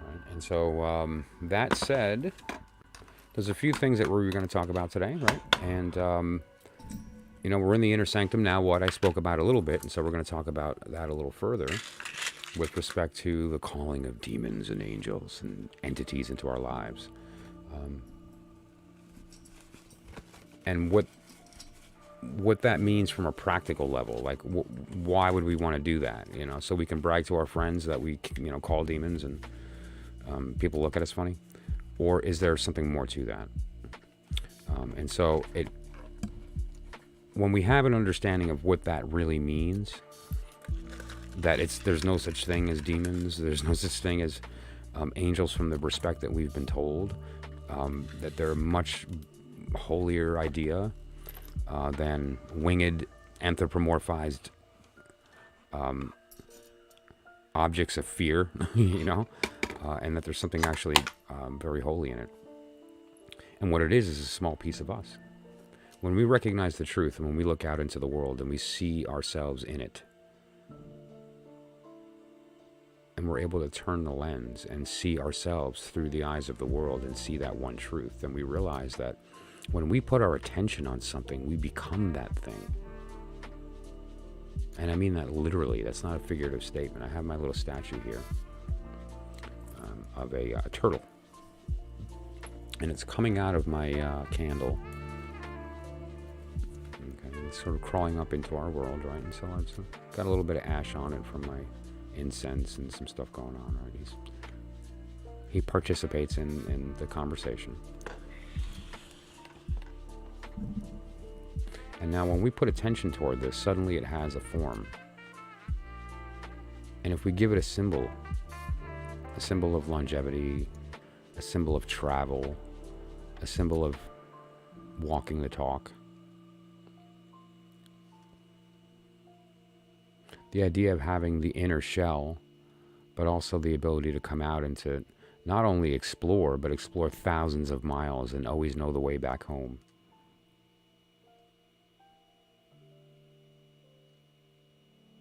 There's a lot of symbolism built into this. And also, you know, the color is quite beautiful because green is the combination of yellow, which is divine mind, and blue, which is our heart. And when you put those things together, of course, you get green.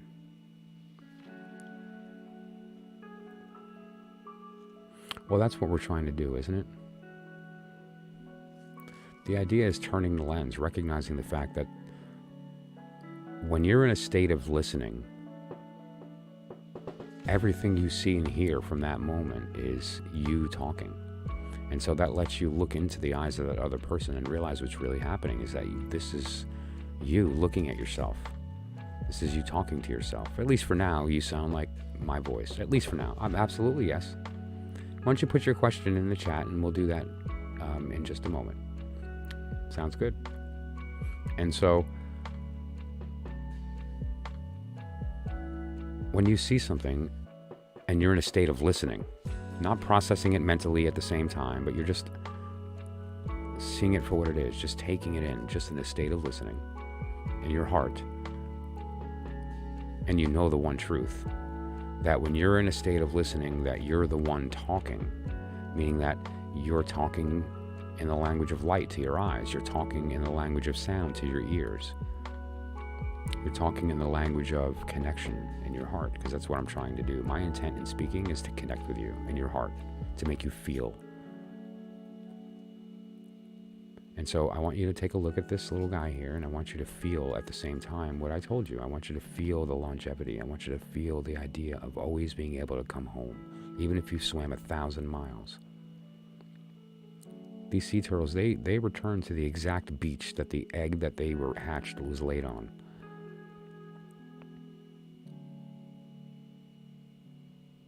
And now when you look at this and you hear my voice and you see your voice? Do you see it? That's your voice speaking to you in green. That's you talking. And as soon as you realize that, then you become it. Because you are it. And now what's the difference between this and my hand and the desk and the box? The fact that you've given it attention separately. You've seen the green. You understand the symbolism. So it's different. It's separate. That's what an entity is. It's a little separate piece that we give attention to.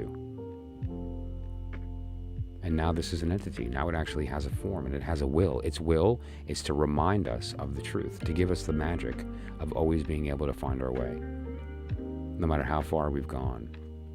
And to remember that what that is the union of the mind into the heart in the color green. Okay. You are this turtle. You are.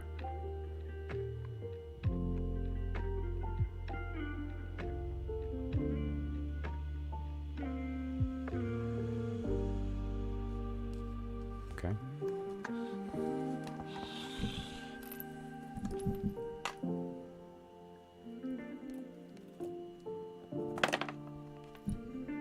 out to take a swim, huh?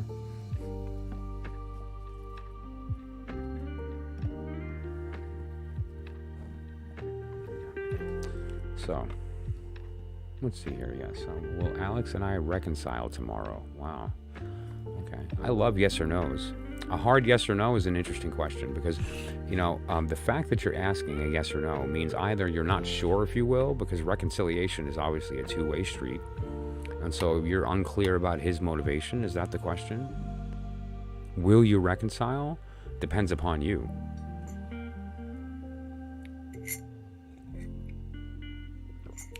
Is he open to reconciling? That's a good question, right? We can look at that.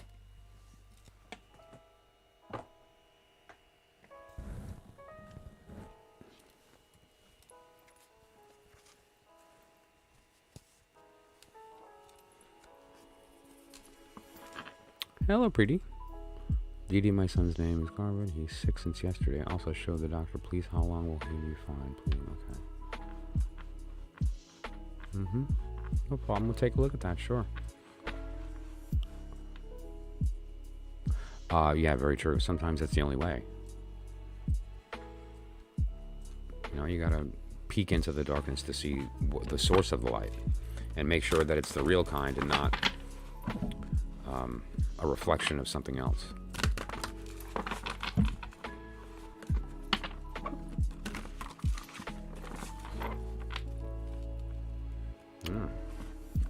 So let's do that then, yes.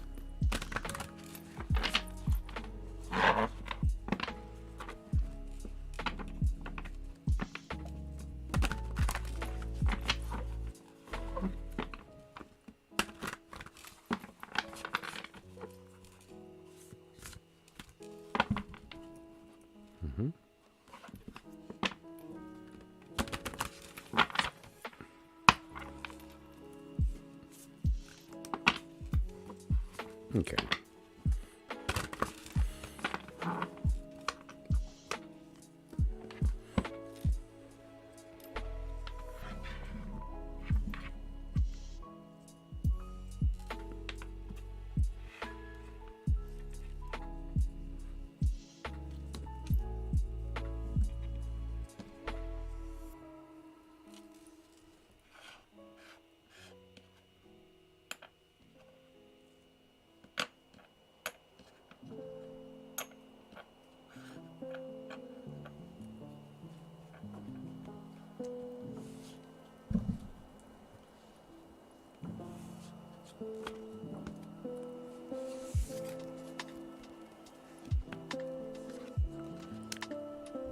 Your will.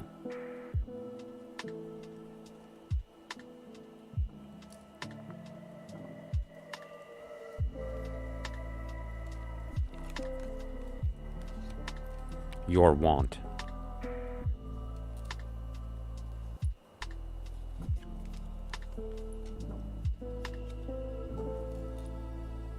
What they're hearing.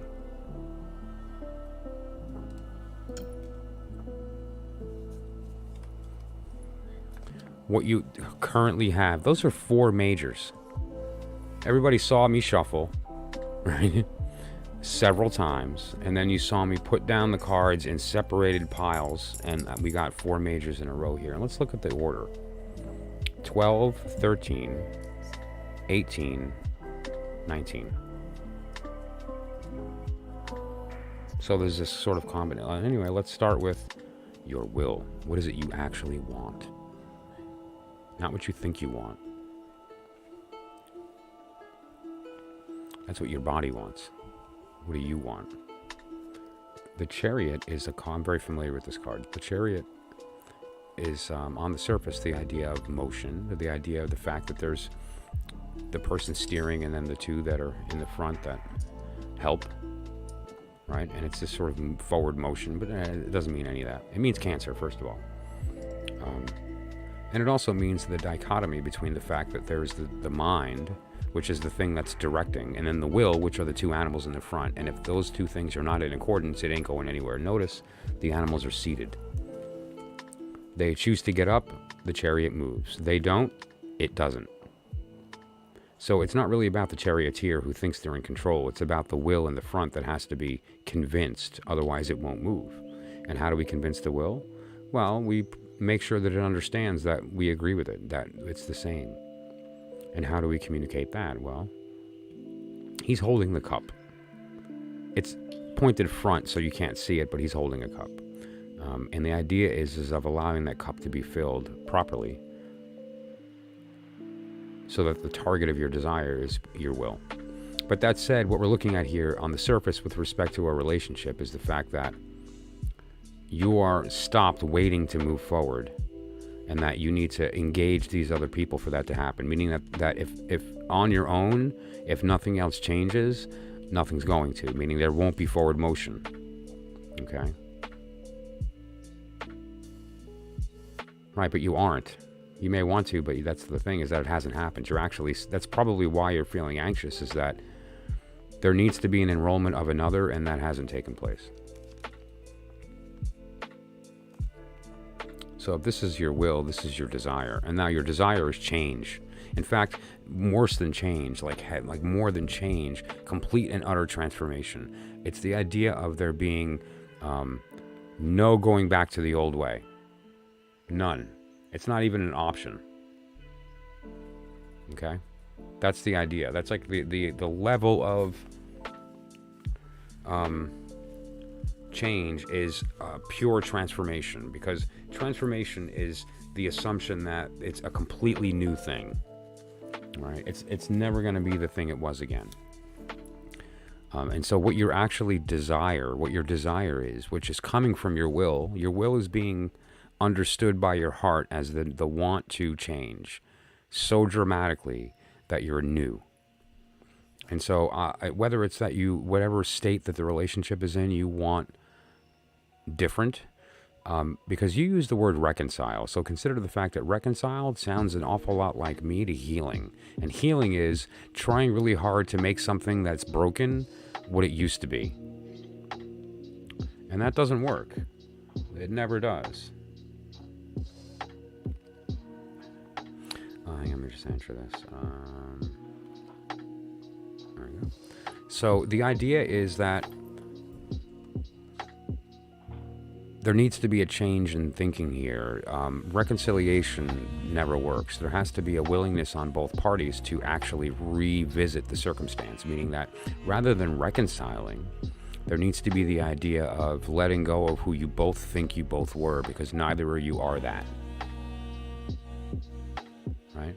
And so it gives you the opportunity to now, before you even move forward with the relationship, say to yourself, I want to get rid of all this nonsense that I'm bringing into this relationship of who I think I am, who I think they are, who I think I want from them, the things I resent when they don't do that or fulfill that. And I want somebody who's going to want the truth in me. And then ask, are they that person? Am I that person to them? Because if the answer is no, then we should stop the reading right now and try to convince you that they're not the one. And if they are, then we should do everything we can at all costs to make sure that that connection takes place. But if it's right, it'll happen anyway. Because what you do is you release yourself of the desire, i.e. empty the cup, which is kind of like an empty gravity well. It's like negative space, but it has a shape. And what you wind up doing is attracting things that will fit that shape. And so it's important that when you empty the cup, that you allow that shape to be your real will, right? And so the idea of transformation, of death, is the idea that that's the only way it can take place. And you have to literally, completely, entirely shed of the expectation, and it can't return. Death is final. So the idea here is that old way is gone forever, and that's a good thing, because it leaves you open to transformation. Now we have what you're saying, what they're hearing. The moon. They're hearing hidden. You're being cryptic. You're being you're speaking your heart instead of speaking to theirs. Just like I mentioned in the algorithm here, order matters. The algorithm matters, and what that means is this is the secret to communication with divine self. It's the secret to manifesting your desire into the world physically. It's the secret to communication of your will to another and enrolling them in that will. This is everything. It's all right here in this little statement. Right there. This is the key. When you're in a state of listening, listen with your heart to hear the truth. If you listen with your mind, you're going to hear the truth and lies, and you have to decide the difference. And it's not always easy to do that. The world drowns it out. Our ego drowns it out. All the nonsense that we've been told and given our lives by the outside world that we believe gets in the way. But if we listen with our heart, we bypass the ego. We all know the Ankh. It's a cross with a circle on top going back to the heart, bypassing the mind. It's conversation with the heart speaking to the heart, no mind. That's the secret.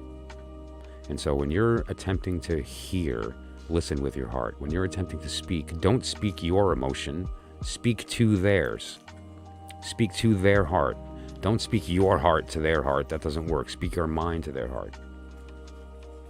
And they'll be open to the communication. Why? Because you're speaking to the real self, not their ego, not their mind. You're speaking to their Ankh. And so it's like two hearts speaking instead of two brains getting in the way. And what does the brain do? It creates the character. We need it.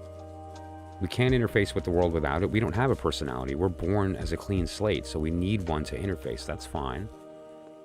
But don't fall into the trap of thinking that's who you are. That's just a vocabulary that you use in order to be heard. And so use that to speak to his heart and listen with yours. I'm not sure he has a heart. Why are you trying to reconcile then? Sounds like you've got somebody on your hands that might be a good friend. Now, all kidding aside, there's clearly some kind of love there, otherwise you wouldn't be asking this, right? But let's find out. But I'm telling you what he's hearing.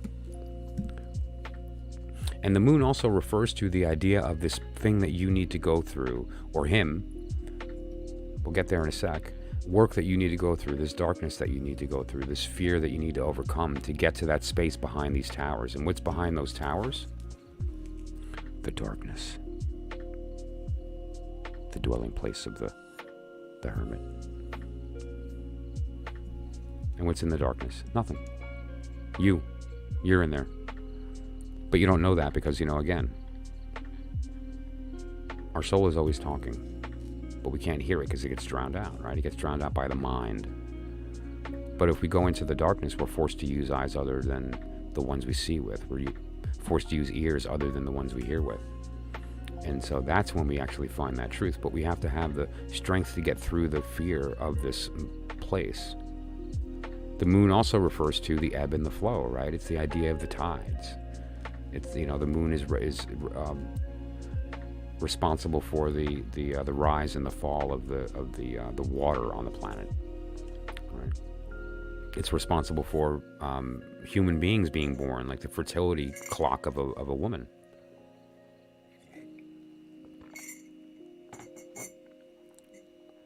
But the idea here is having that strength to go through. So what that means is that because we're talking about how you're being heard, you might be in a state of him thinking that he needs to go through something, like he feels like you're communicating to him that he needs to do something in order for this to work. And that's never received very well. Even if it's true, you can't approach it that way.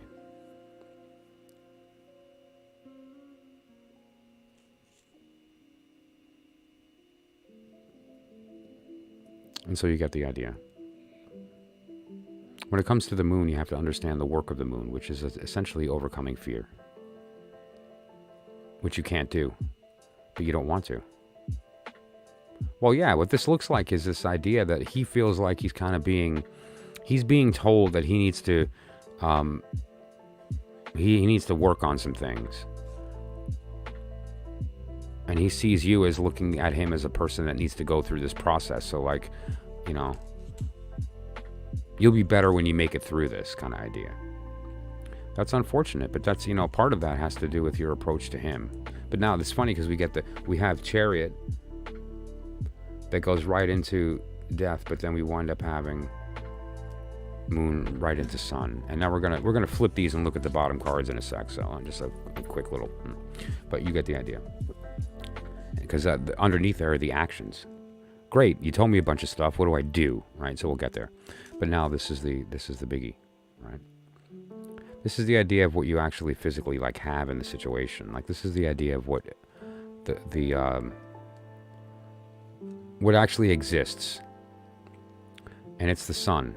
Now, what's the important thing about the sun here? The sun is first that it's unattainable. You can't get too close.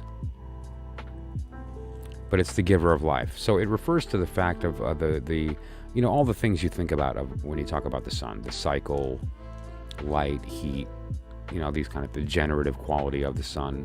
But what this is really referring to is the source. And the fact that we always fall short of that ideal. The ideal isn't actually attainable. It's something to strive toward. But then there's also the secret, which is that we are it. The next time you look at the sun and your eyes hurt, close your eyes and recognize that warmth you're feeling on your face is you. You're the warmth, right? So it's sort of this dichotomy that together you'll never reach that ideal. Alone, you already have. So what do you have? Yourself. And what that is trying to say is that by recognizing that power, you can then make sure that the shape of your cup is appropriate so that when you are in a position to receive, that you're receiving the right thing.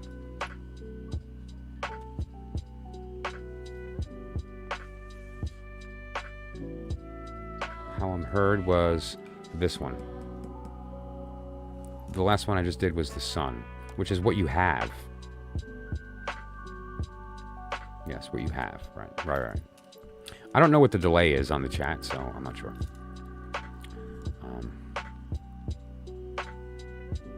Let's find out. I'm about to go down to the chat, and I'm going to put the number 72 in 3, 2, 1. And so you can tell me how long that delay was. From the point you saw me hit enter compared to, it probably showed up in the chat before I hit enter.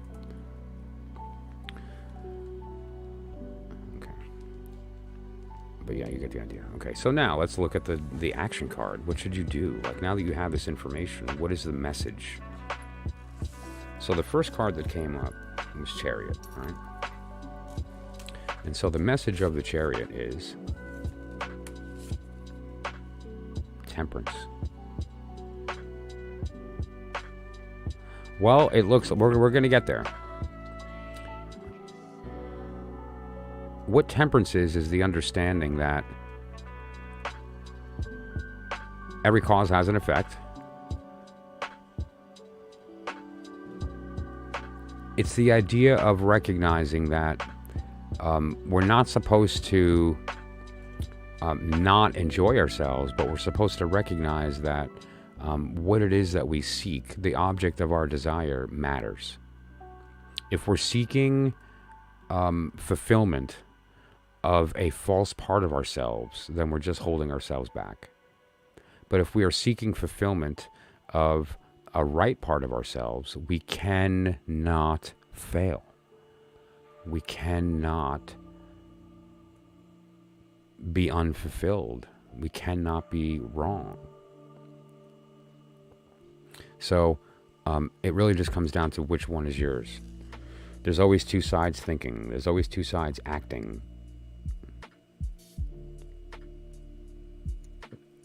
Left hand, right brain. Right hand, left brain. They're always competing. We have the red eagle and the yellow and the white lion. Right, I've shown you guys the red eagle. This is my wand. Right. That same idea. So there's some symbolism there, right? But what this is ultimately the transference. It's sort of like changing roles. This is the idea in the conversation of you need to step back and be the man. And he needs to step back and be the woman. And what that means is that you need to start speaking to his heart and putting him in a state of reception. Oh, that's very cool. Temperance is my card. It's my major, Sagittarius. This is the Sagittarius major. But you get the idea here. The idea of the action card here is that you need to kind of rethink the combination here. And you need to come from a different approach. The one you're using isn't working. And so with respect to the communication here is the idea of this is a combination of a wand and a cup. Not a sword and a cup, not a pentacle and a cup, a wand and a cup. So it's will and love coming together. But the idea here is that the will needs to be presented to his heart, not his mind. And why that's important is that it doesn't give the mind a chance to disagree. It forces him to feel it first and then think about it. How do I do that? How can I put him in a state of reception? We'll talk about that. That's the only question that matters. And you don't want to know the secret right away? Use a W.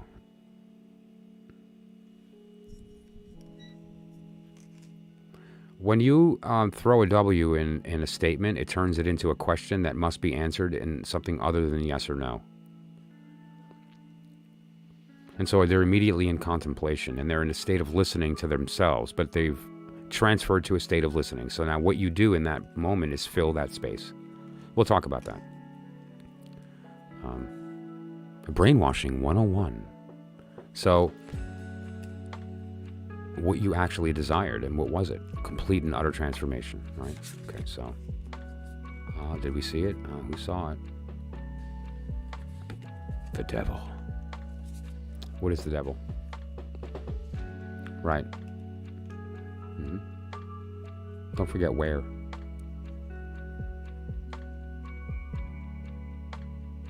There's a lot of ways you can go about that, and we'll talk about that in a minute. Yes. Yep. Who, what, where, when, why, and how. How is a good one, too. How's a very good one. It ends in a W, so it counts. But the devil. What is the devil? Well, apparently the devil's a goat. No, I'm kidding. What this is referring to is the idea of identifying with your base desire. It's sort of like walking around as a zombie to your own bodily will and not even realizing it. The devil is a very important symbol because the power the devil has is over our mind. It's the ego that forces us into thinking that we're the ones that are having the thought when we're not, that it's not actually our thought. That's powerful magic too, because it changes our whole perception of our identity. And then we just give into the ego by thinking that the voice in our head is ours, which it kind of is, but it's not. The voice in our head is the ego's. It's just form. The ego is what gives it a vocabulary that we attach to and then believe. It's just a sound happening.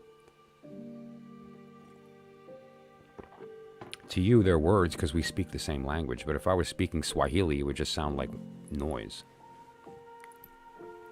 But to somebody in that speaks Swahili, it's a prayer. Right? So what the devil here is referring to is the fact that in order for you to transform, you need to leave. You need to take the chain off. The chain in the devil card is very loose and can be taken off at any time, and they can just walk out of that room, right? This idea of you actually being controlled by your base desire is a lie that we're given by ourselves. Because again, what happens is when you walk out of that room is that you walk out with an empty cup, and it gives you the power to decide what to fill it with. It might be him. You don't know what you want. You don't know what you want because the way you're communicating is making you seem that way. What he's hearing is that I want you, but not the you that you are, the you that you used to be, or the you that you're gonna be. It's a matter of accepting him for what he is, or recognizing that he's not what you want and finding somebody that is, and that's okay.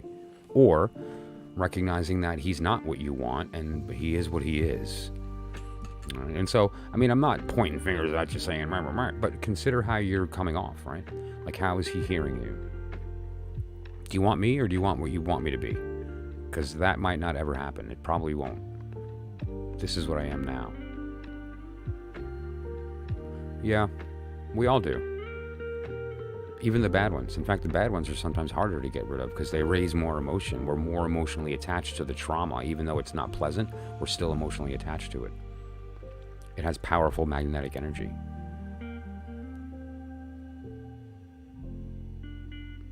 But the lesson in the devil is where you are and you decide. Okay, yeah. Maddie knows what's going on. So, the idea of the devil is really simply this. You choose to stay or leave. If you stay, then you're at the mercy of the devil, which is your ego that does not care about your best interest. All it cares about is persisting and winning that game of making you think that it's you, that you're it. Okay?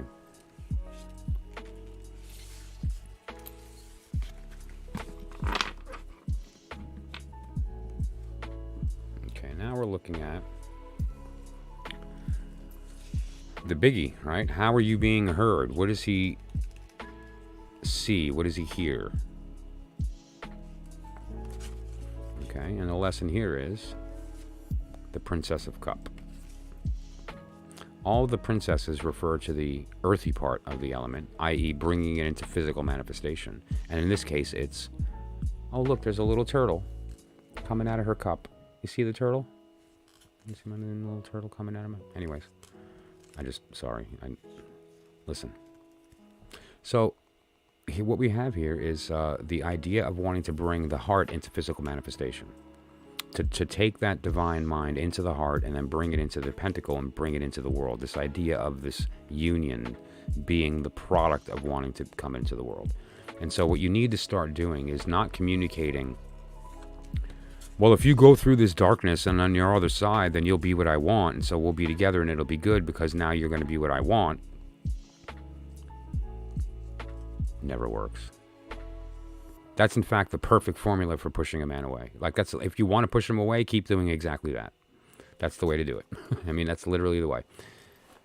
Who's got a copy of Men Are From Mars, Women Are From Venus that they can lend to Yes? So what you need to do is you need to communicate to the heart what it is you want to bring manifest into the world. So speak that.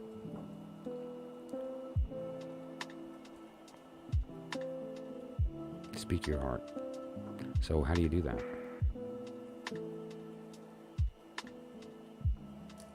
By the way, she has green skin. Why focus on this? There are some things that brought you two together, or you know, you really have to ask yourself the ultimate question, and we're going to get there. Before this reading's over, we're going to get to the heart of what you should really be doing here. Oh, good. Yeah, you're never going to fix them. Don't try. Never try to teach a pig to sing. All you're going to do is hurt your ears and annoy the pig. You're not going to fix them. Men can't be fixed because they're not broken. They're men. They just seem different than you because we are. But we're not broken. We're just dumb, and don't overestimate us. Very good question. Listen with your heart and speak to the heart. So that means going to him and saying something along the lines of, well, yesterday you said this thing to me, and you know, you shouldn't do that, and you always say this thing. You know it hurts me. Speak to his heart instead. You know, it always feels better when we make each other feel good. Don't you think so? Let me make you feel good. And then say something nice to him. And we just have a minute. You know, we've had all this nonsense going on. We've been having all this fighting going on. We've been having all this disagreement. What are we going to do? Should we even be together? Can we just ignore all that? Can we for a minute forget that you're Alex and I'm Yes? And instead we can just like remember who we were when we first met and just have that moment. Let's just pretend for a minute that we just met and go, you know, and see how it feels. And now speak to his heart and see where he is. If he thinks it's corny and silly and he starts to get a little embarrassed, he's feeling it. Men don't like to face that. So the fact that he's going to maybe seem a little, seems like that means he's getting filled up and he doesn't want to, and say, honey, it's just you and me. Don't be in whatever. And see how he reacts. And if he pulls away, let him. Don't forget the rubber band, right? Read that book. Don't forget the rubber band. Let him pull away. He'll snap back real quick, right? But if you don't let the rubber band pull away, it just falls, and it's, so just consider that, men. We need that little space, and then bam, we're gonna snap back. But the idea here is that you need to manifest your heart, and the way to do that is to speak to his heart, not to his mind. Don't criticize. Talk to who he wants to be, who he wants you to see him as. You know what it is. Even if you're lying, make him feel like he's that, and he'll react to it. It's not about making him convinced of who you are to him. It's making him convinced of who he is to you. And if he thinks he's powerful to you, he's going to want to be that. Right? Men are so easy.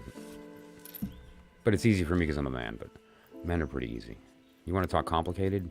Woman. Please. What you actually have, what's manifest into the world right now, right? And there's this ideal that can't be met. But if you can look at the sun and recognize what it is, that's you speaking to yourself out of light. And so you can take the perspective of the sun and be the provider of that warmth. But in the meantime, the two of you together can't do that. You can never actually achieve it. Okay? And so instead, what we can do is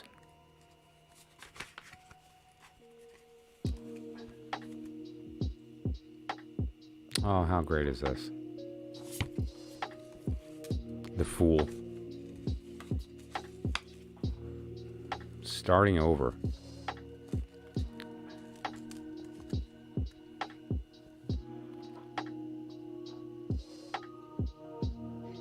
Look at him holding that cup upside down, spilling out. You see the divine flying down. Just great, love it. But yeah, so this is the Fool. Absolutely, I'll be right there. I'm almost done with yes, and you're next. Okay, Mama? So there's the alligator, love it. All the symbolism is very occult. If you want to look it up, you can look up the Crowley Thoth meaning of the Fool. Aleph, air, and so forth. Various other. Look at the ecstatic look. He's unable to close his eyes. He doesn't have eyelids. He's in a constant state of seeing.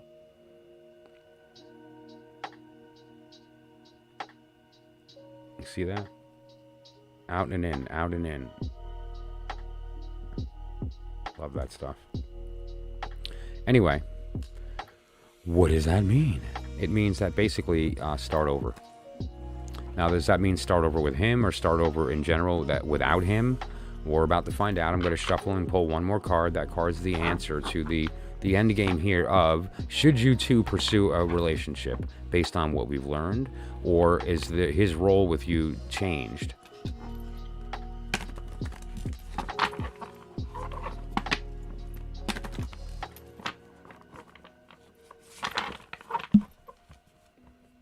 Because, people come in and out of our lives for a certain purpose, and sometimes you want them to stick around longer than they need to be, and that can cause a lot of tension, and it holds you back, it holds them back, it prevents actual work from getting done.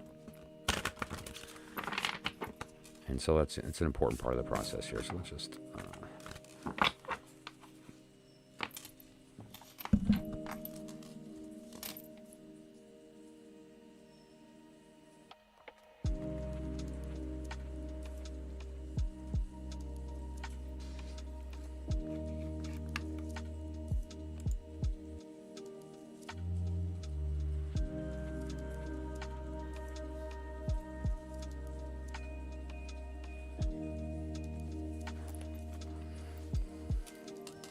Okay. I'll leave that on top.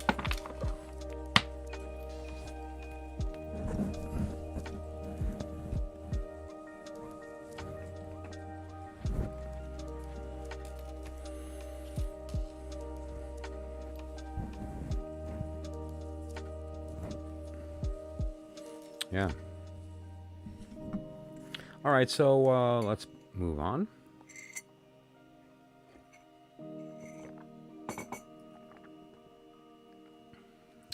What's a good deck?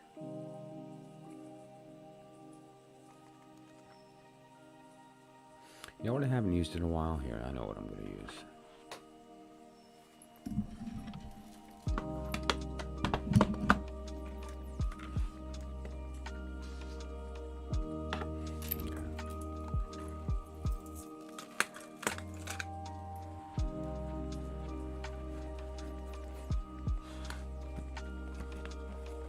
I'm going to use this one.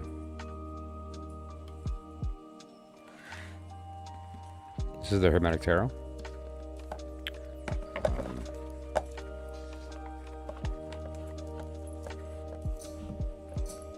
It's a Golden Dawn based deck that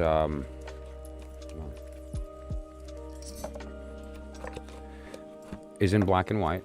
Has pretty specific symbolism related to Golden Dawn, but that's okay. It's still very readable to those who aren't in the system. Almost all tarot decks that are modern nowadays use the Golden Dawn system. Most of them do.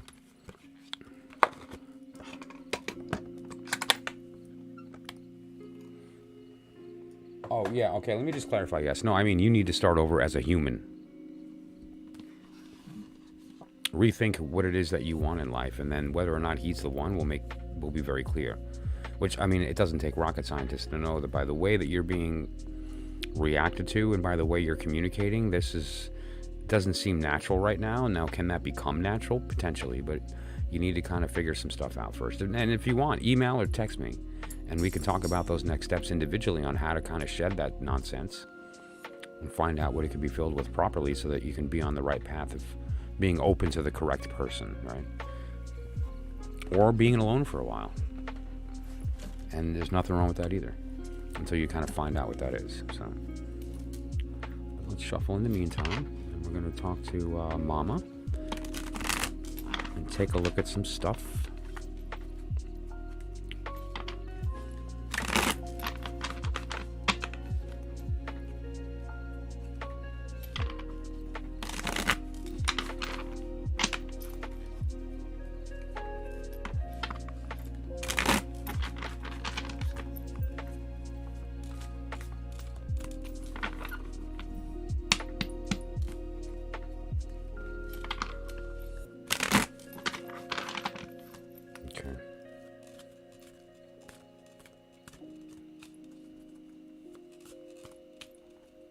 You're so welcome. Thank you so much for popping in, and I appreciate you coming by. Anytime. And you know, do me a favor, if you saw any value, please like the video. Okay. Sumya, how you doing? Yeah, why not? Throw a question in.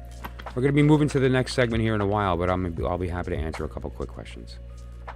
I know who you are, Brianna, unless you were answering somebody else. Yeah, I know you blew your old account. Now you got to use another name. What, Death? The one you ended with? Death came out again. The transformation.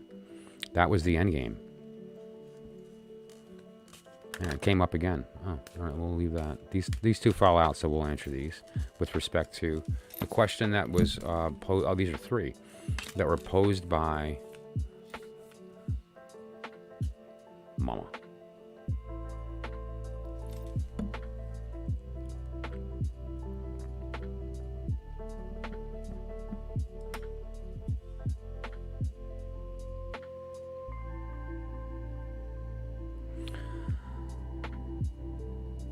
Financial stability, solid footing. Like imagine like a solid brick structure.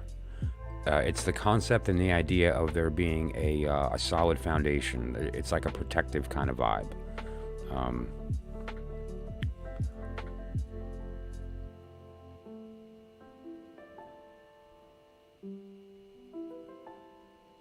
The love is from more than one source.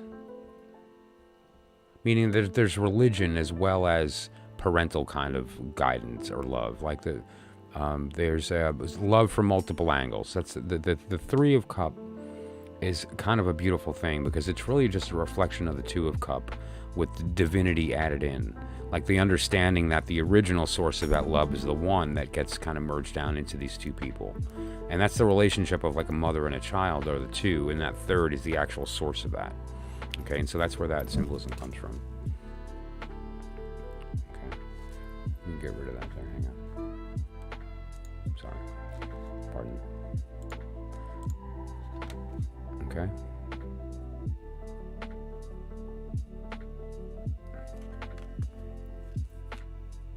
And we have the idea here as well of the devil, which whenever you see the devil card come up with respect to children, it's a very good thing, because children should be in the state of the devil, which is that they're stuck in the world and they're exploring their reality. And what the devil card ultimately refers to is the giving in of that. So for a child to be in the state of being allowed to give in to their bodily view of their world is very appropriate, right? And so if you're a child, the devil is a good place to be. If you're an adult, it's a bad place, unless you're able to balance it. But when you're a kid, it shouldn't be balanced. They don't need to know about all the nonsense in the world. Let them be in their fantasy of their play, right? Let them play with the lower world. That's what they're here to do, right? And just so overall, what we're looking at here is a child that is kind of has an abundant level of connection emotionally. And there's also the four, that solid nature of the Four of Pentacles. And then there's this sense of there being a giving in to their physical world, right? Which is not a bad place to be as a child. So I'm just going to pause there really quick and ask you if you have any questions or you wanted me to expand on any of that. But it was kind of clear, so it seemed short, but that's pretty clear.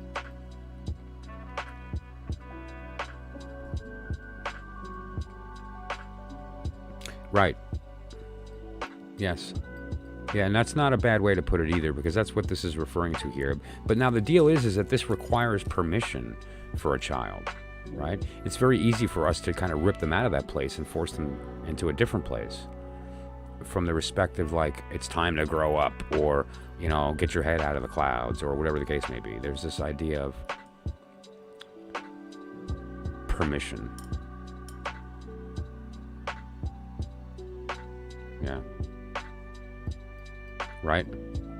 And, you know, any of us who've gone through that type of thing where maybe we were younger than we should have been when we saw or experienced certain things that changed us, you know, we have the obligation to those underneath that we allow them to have that joy, and that we protect them from certain truths that need to be revealed at the right time. Right? I mean, especially when we understand how that's affected us and how it can affect other people. It doesn't mean that you build a bubble, but it does for a while. You know, their bubble can stay for a period of time. It's important that it does. That all comes down to language, though, right? And so, you know, there's we can look at further into this, obviously, but as far as your general question, you know, there's a lot of Capricorn. We have a lot of Mercury.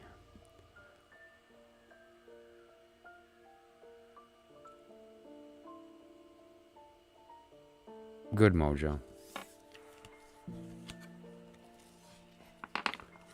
Yeah. No, I know your situation's a little complicated. Well, not a little. It's pretty complicated. Yeah. And that's the tough part, I know, and that's not knowing.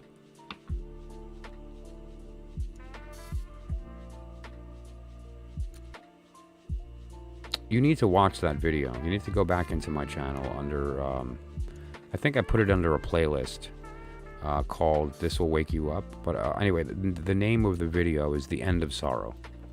You got to watch that video, okay, Brianna? And we need to talk about it after the fact. We need to have a conversation once you've seen it. Watch that video, because you do know where he is.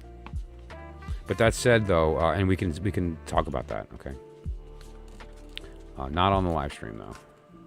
Yes, he is okay. In fact, he's loved, he's protected, and he's being willfully put in a state of being able to be open to his fantasy and to enjoy his physical surroundings. Like there does seem to be an environment for him to grow in physically, but there's also a level of spirituality included in that. Again, I really got a sense that there was this idea of like a divine love included in that. Okay.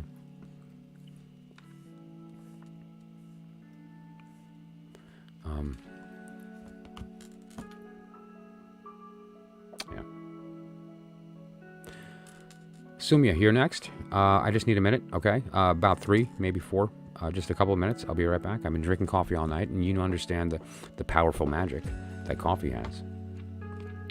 And so I have to participate in the ritual of converting earth into water. And then utilizing that to raise the will. That's a little more hermetic humor there. But anyway, that said, I just need a couple minutes and then we'll jump on that, okay, Sumya? And if anybody else would like any kind of advice or anything else, you let me know when I jump back in. Otherwise, if you do want anything more specific, I do offer larger readings and so forth.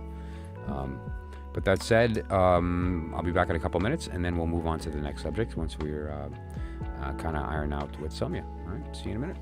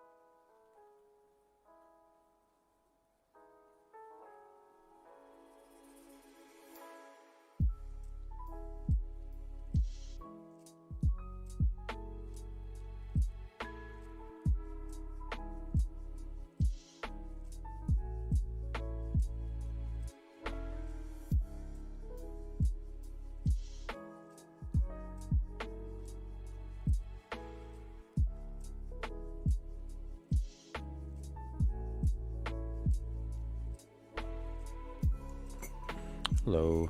So I just want to warn you guys that I have a little storm rolling in, okay? And so that means that we're going to have some dogs barking, and there's a possibility that my internet drops because reasons.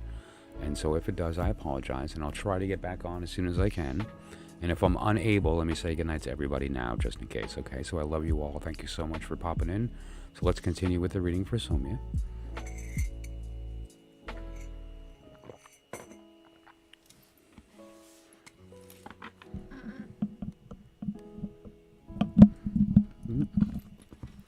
My peace sign moved.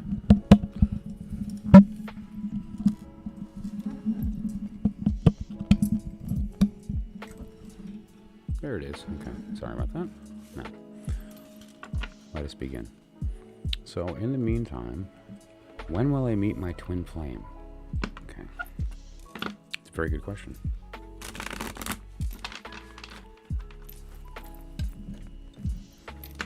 Yes. No, I'm kidding. Okay.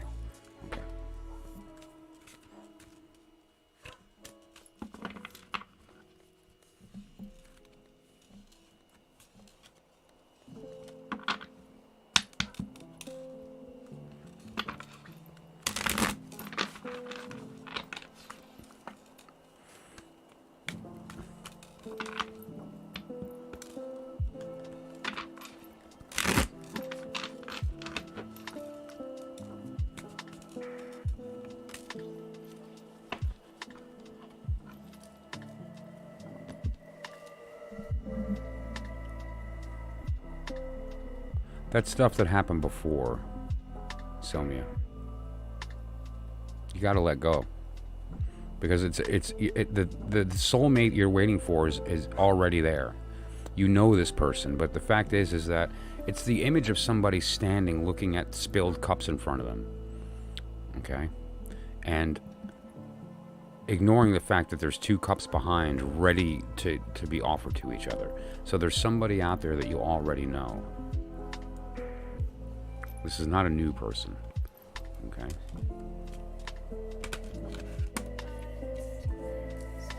Two eights.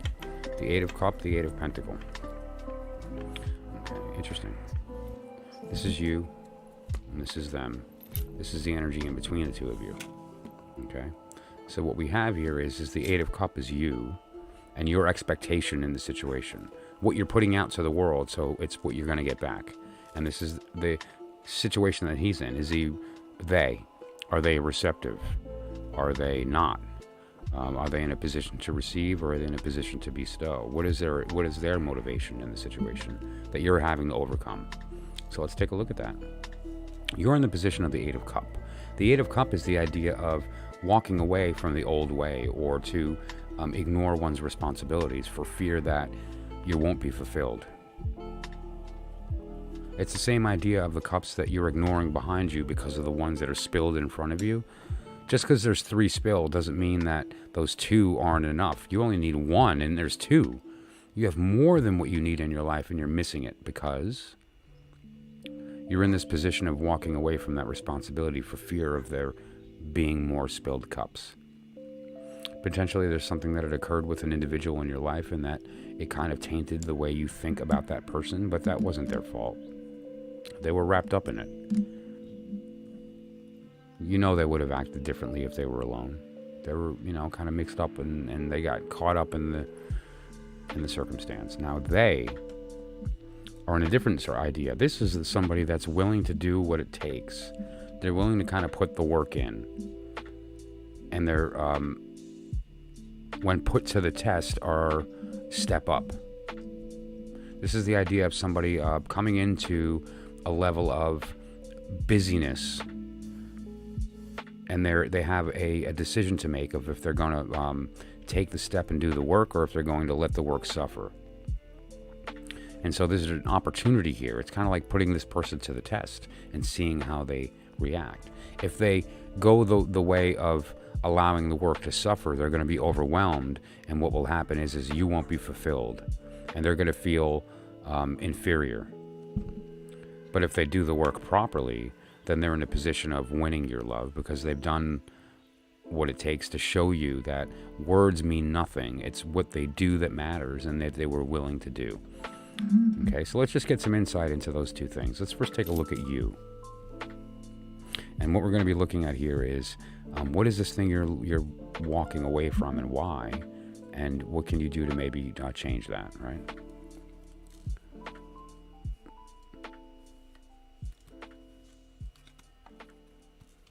Okay.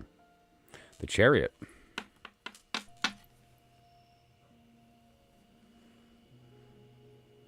The lesson in the Chariot is the idea that you're the driver, but you also need to enroll these animals in the front or it's not going to move. And so what this really means is unifying your higher and lower intelligence.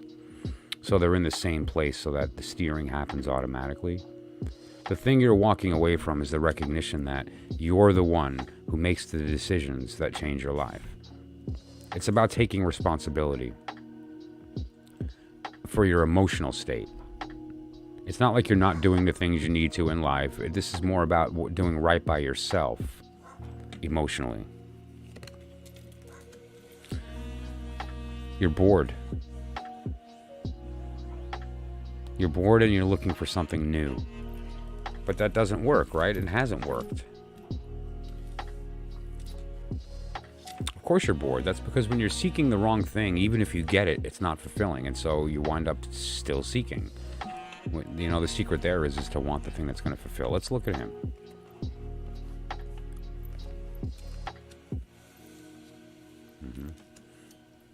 Okay, so here's the deal here. The Hierophant is the idea of the old way. This is the idea of the doctrine being talked to him. Like, he's got people in his ear telling him this and that. He's got people that are reminding him of things that he needs to be forgetting. That's impeding his growth. The old way doesn't work anymore. The Hermit is the idea of alone and of only being able to do the work in darkness. And so there's this weird dichotomy of him having to step away from this social experience of, you know, the connection to all these different things to then take a step into the darkness and do this on his own. And so what I would say is that right now it doesn't look like it's a time for that to take place, because you need to do a little bit of work to see him for what he is. I'm assuming it's a he, I'm sorry. And he needs to do the work of recognizing if he's willing to step up to the challenge.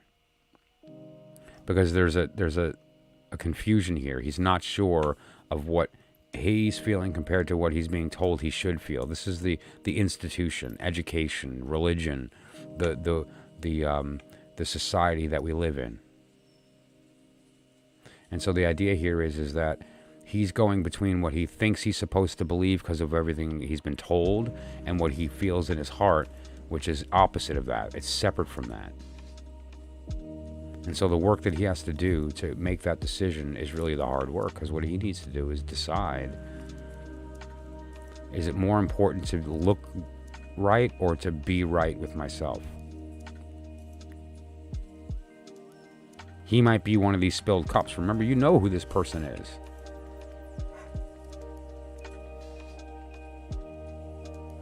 Okay, and I'm going to pull one more card, and that's going to be basically the action here. Like, what is it that you should do next in order that you can find the truth of this situation? And the one I'm going to put in the middle here is the Five of Cups, which is the one that bound you both together.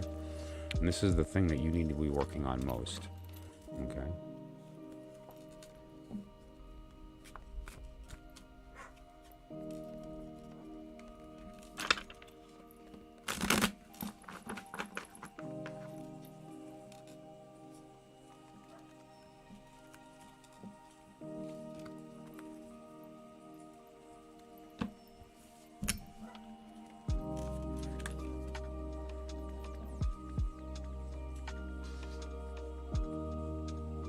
Five of Sword.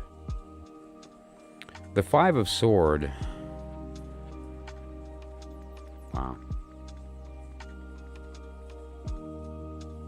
Yeah, I don't know if this is really the time.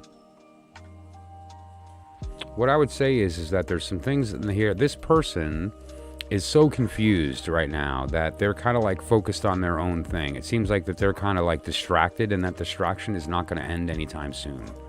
And you're going to wind up being in this constant sort of state of seeking and not getting back, right? there's some insight that we can get to of the Five of Swords. Let me show you the dichotomy here. What we're looking at here is Venus and Aquarius, and I'm going to explain why that is. Okay, if we find the Five of Swords on this chart here, you're going to see all of the swords are going to show up in the air, or the yellowy part in the middle of the wheel there. You see the blue, red, gray, and yellow. And you'll see the swords in that yellow portion here. And if you find the 5, it's going to be in the top left corner in Aquarius. And you'll see that little green for Venus. All right, so Venus in Aquarius, the 5 of Swords. And that gives us a little bit of insight here as far as what are the elements that we're talking about. The two specific ruling courts are the prince and the princess, bringing forth communication, speaking. But now the prince wants to speak his mind, but the princess wants to bring into communication the mind. Do you understand? You see the difference? And so if you're trying to make something happen and he's trying to simply be heard, that's not going to work. And so rather it's a matter of you saying, okay, well, let's find out what it is he's trying to say. And the only way that you're going to do that is by, as much as you can, remaining in a state of listening.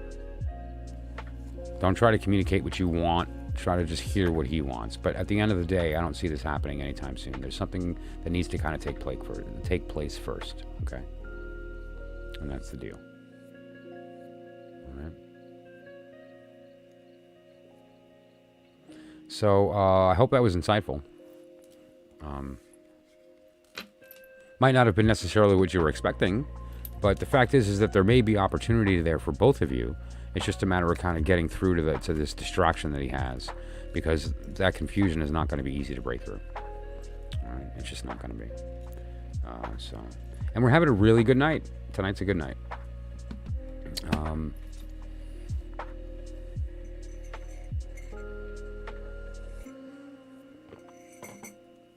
Let me just pop into my notes real quick. I know there's a few things I wanted to cover, and we're getting kind of late here. It's almost 4. It's going to be 4 hours in a minute.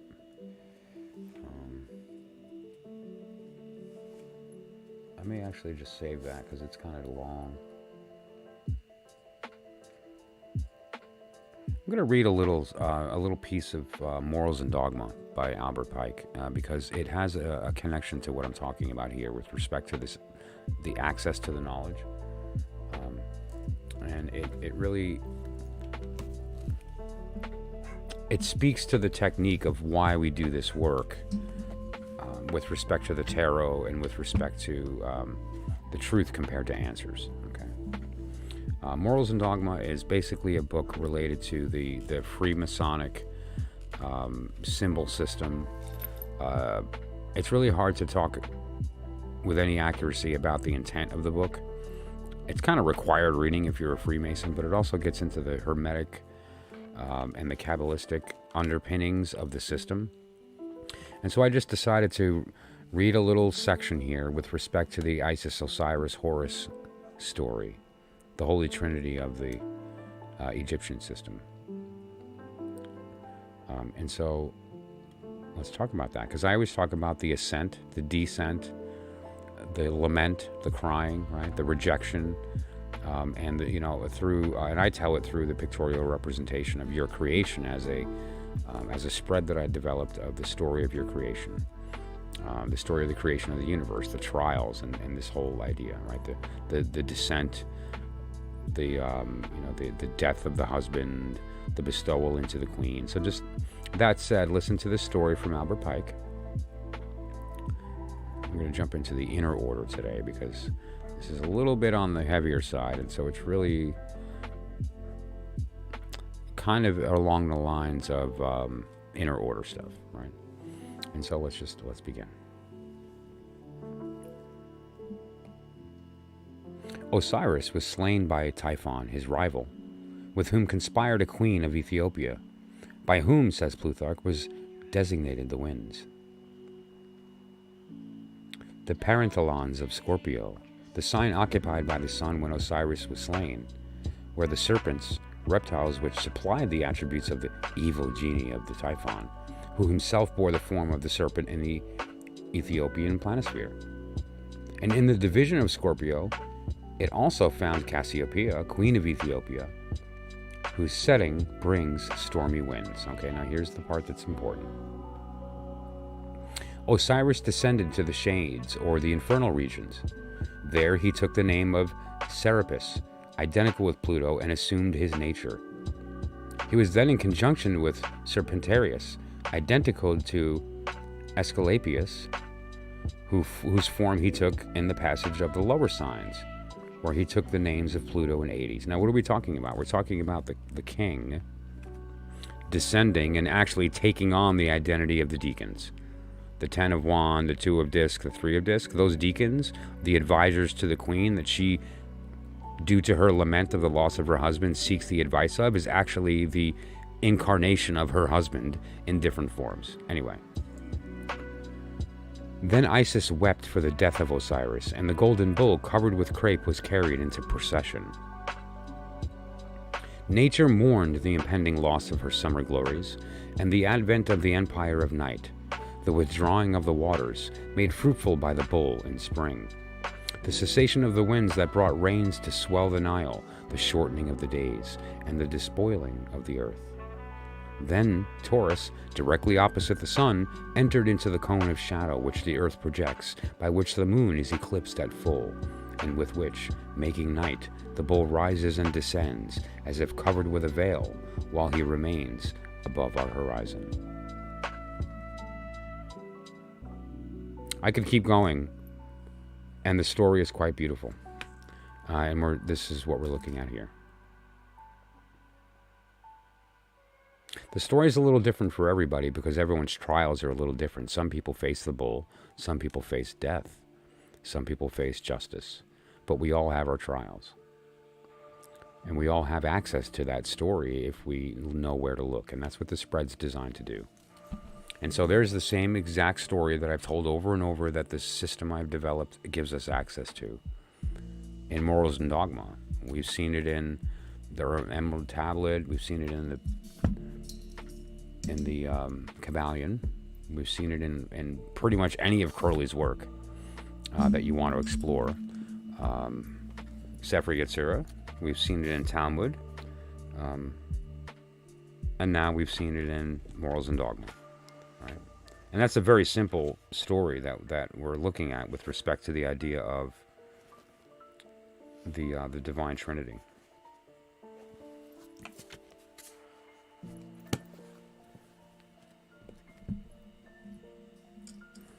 And it's that story which is really the basis of the whole thelemic system of the Book of the Law, if you really get down to the heart of what it's trying to talk about, the code that's in that book. And I'm not a Thelemite, or rather I'm not a member of the OTO or their system. I've never been initiated into their order directly. But something tells me I'm onto a few things. And if you go back to some of my older videos, I think that there's proof of that. But that said, though, it's irrelevant. What's more relevant is that with the correct key, you can unlock any body of knowledge, right? And so that's just an example of that process by using Albert Pike's Morals and Dogma, literally open to a random page several hours ago. So you get the idea there, okay? So that said, let me just peek at my notes again and see what else I want to cover tonight. There's a few people who I'm not sure if they're still here, and if they're not, then that's okay. I have a name to bestow, and we'll do that when they're present, and I do not believe that they are. I also have a few decks that I chose. Maddie, I have yours. I know which one. We talked about that already. I have one other deck that I'm going to bestow tonight as well, if they come. If not, tomorrow.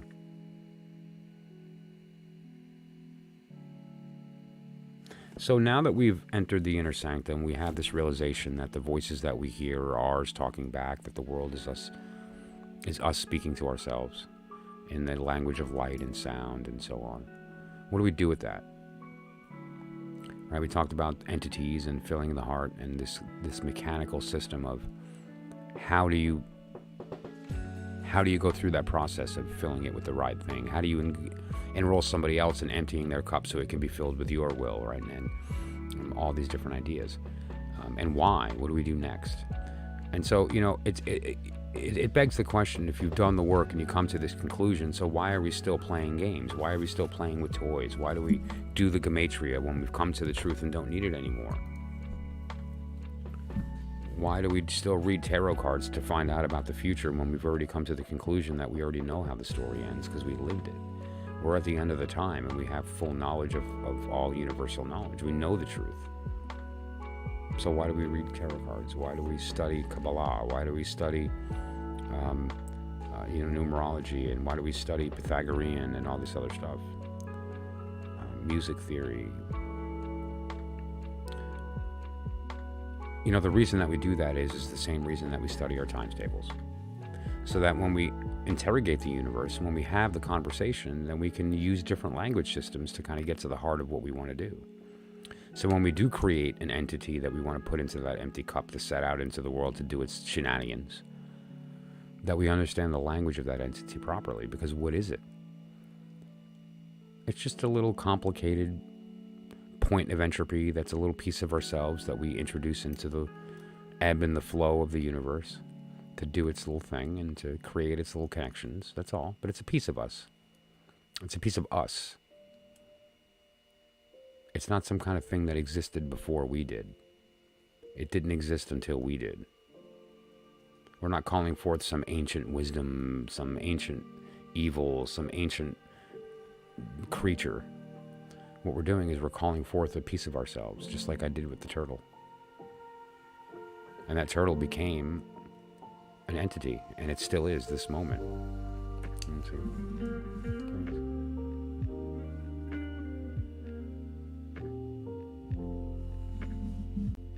Right. And it's the same thing, just we do it with ourselves. We become the talisman. We become the amulet. We are what we put our attention on. And so if you want to know what your voice sounds like, it sounds like my voice. Well, at least for right now.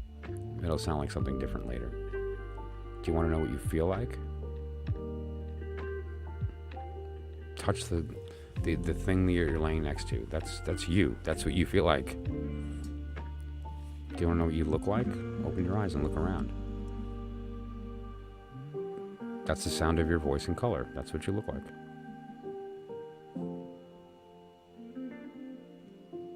So if we have a more expanded vocabulary, it gives us access to having a deeper conversation with ourselves. Which of course is pointless because there's only one conversation we should be having. What's the subject we should talk about if we had the ability, let's just pretend for a minute, that we have the ability to speak to ourselves and hear back anything we want, any piece of information, any truth will be revealed to us. What's the only thing that matters? Who am I? And once you receive the answer to that, which isn't receiving an answer, questions and answers are the same thing. They're two sides of the same coin. They're not opposites. They're one thing. And what's the opposite? Truth. Once you have the truth, there are no questions ever again. There are no answers that will satisfy because there's no necessity for an answer. Answers don't exist without questions. Courage doesn't exist without fear. Once the fear is gone, the courage disappears. The space that was created to contain it is still there and can be filled with something else. Questions and answers. You've been walking your life with questions. If I give you an answer, a space is created to contain that answer, but then you realize that the question was irrelevant and the answer disappears, but the space is still there. What do you fill that space with? Truth. What truth? You're the space that's being filled. Careful what you fill it with.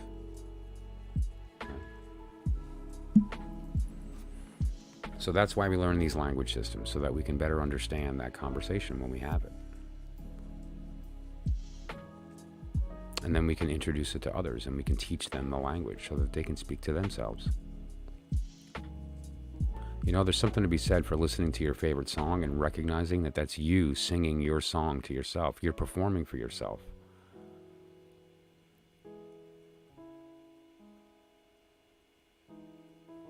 It's a great feeling. consider that the next time you go outside and you look at a meteor shower or a full moon. It tried so hard to paint that pretty picture for you to see. You know, the least we can do is enjoy it and not miss that, right? These forms are real. When we give an identity to our will and we create it in a solid form, whether it's a simple sigil or an amulet or a talisman or an auditory amulet or talisman, where you do the work of determining the word and you sing it or speak it through Gematria and Notarikon, Temurah, and then speak the word. It's imprinted into the universe. That vibration never stops. And the vibration of my voice right now that's perturbing the air around and is creating these connections touches the edge of the universe at some point and comes back and never stops. So once the word is spoken, it doesn't disappear just because the noise isn't audible any longer. That word resonates the entire universe for eternity.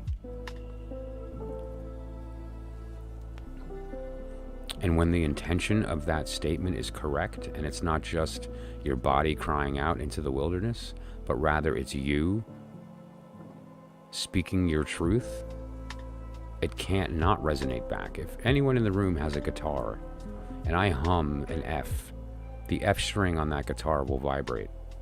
That's called resonance. It's the same idea. And so when you fill that cup and you begin to speak your will, it puts the universe in a state of listening. And if you speak to the heart of the universe and you see yourself through the eyes of the world, that communication takes place properly. And what you want can come physically manifest. It can't not, because of the law of resonance. If you want an F to appear somewhere else, you have to hum an F here. And when you do that, it happens.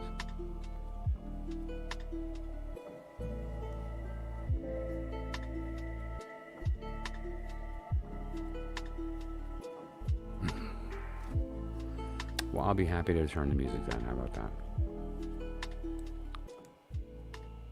How's that? The goal is to be heard, so if that's distracting, then certainly I want to correct that, and I appreciate your feedback. I feel like a computer and I look like canned beans. You sound like a human being. Unless you're an AI, in which case you look like a human being on the inside. We're all just a point of reception, a point of reception, a point of perception, a point of listening.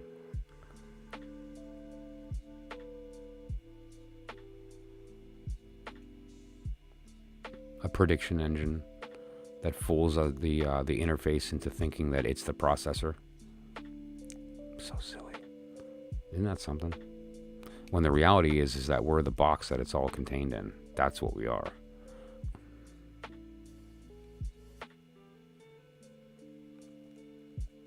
What's wrong with beans?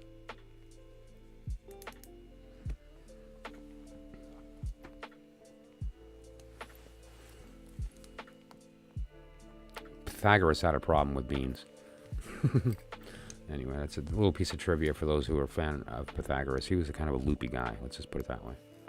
If anyone that's interested in that, look that up. Look up. You know, he thought that beans were like... Anyway, just look it up. It's funny.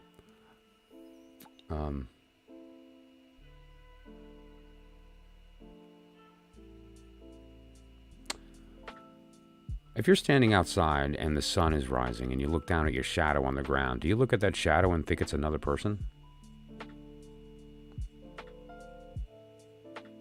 Of course not.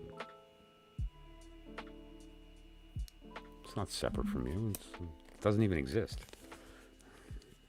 Right? It's just a little difference in the gradient of light.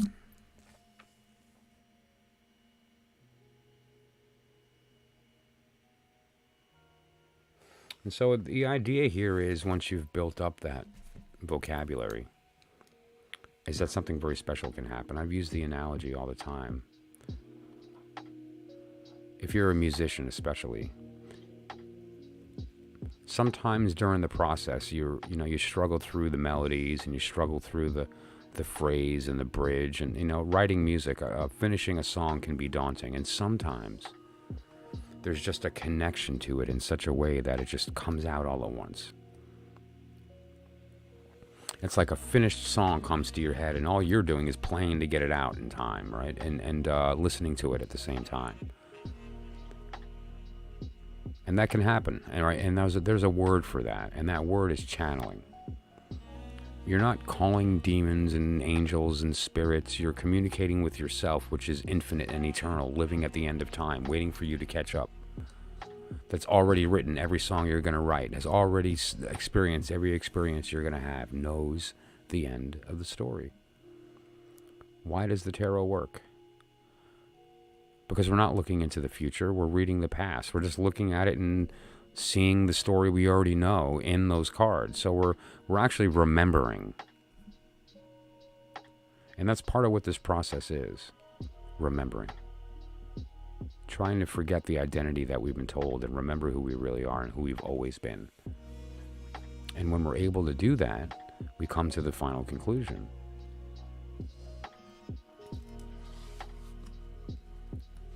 And one of the ways that we can access that through this information is to practice the art of channeling, which is being open to the information in your heart, and that your mind is only there to turn them into words and get it out, not to process what you're saying, not to process the why and the meaning. Do that later.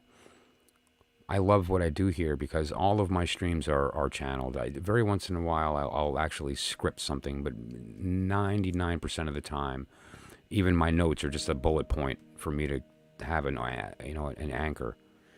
And I just talk for 4 hours, knowing what I'm going to speak about. But the point of that is to keep it channeled so that I'm not processing it. But because it's on YouTube, I get to watch it after. And I'm listening at that stage and hearing the things that I said and thinking about the process of me going through it. And it's a separate being. The person that's speaking right now is not the one that's going to be watching this video later, right? And that's the case with you as well. Are you in a state of listening or speaking? When you are listening, the only voice you can hear is your own. And when you're speaking, the universe is listening, always. How do I know that the universe is listening? Well, if I hum an F, that tuning fork's going to vibrate. It's listening. And when I'm listening, the only thing I can hear is my own voice.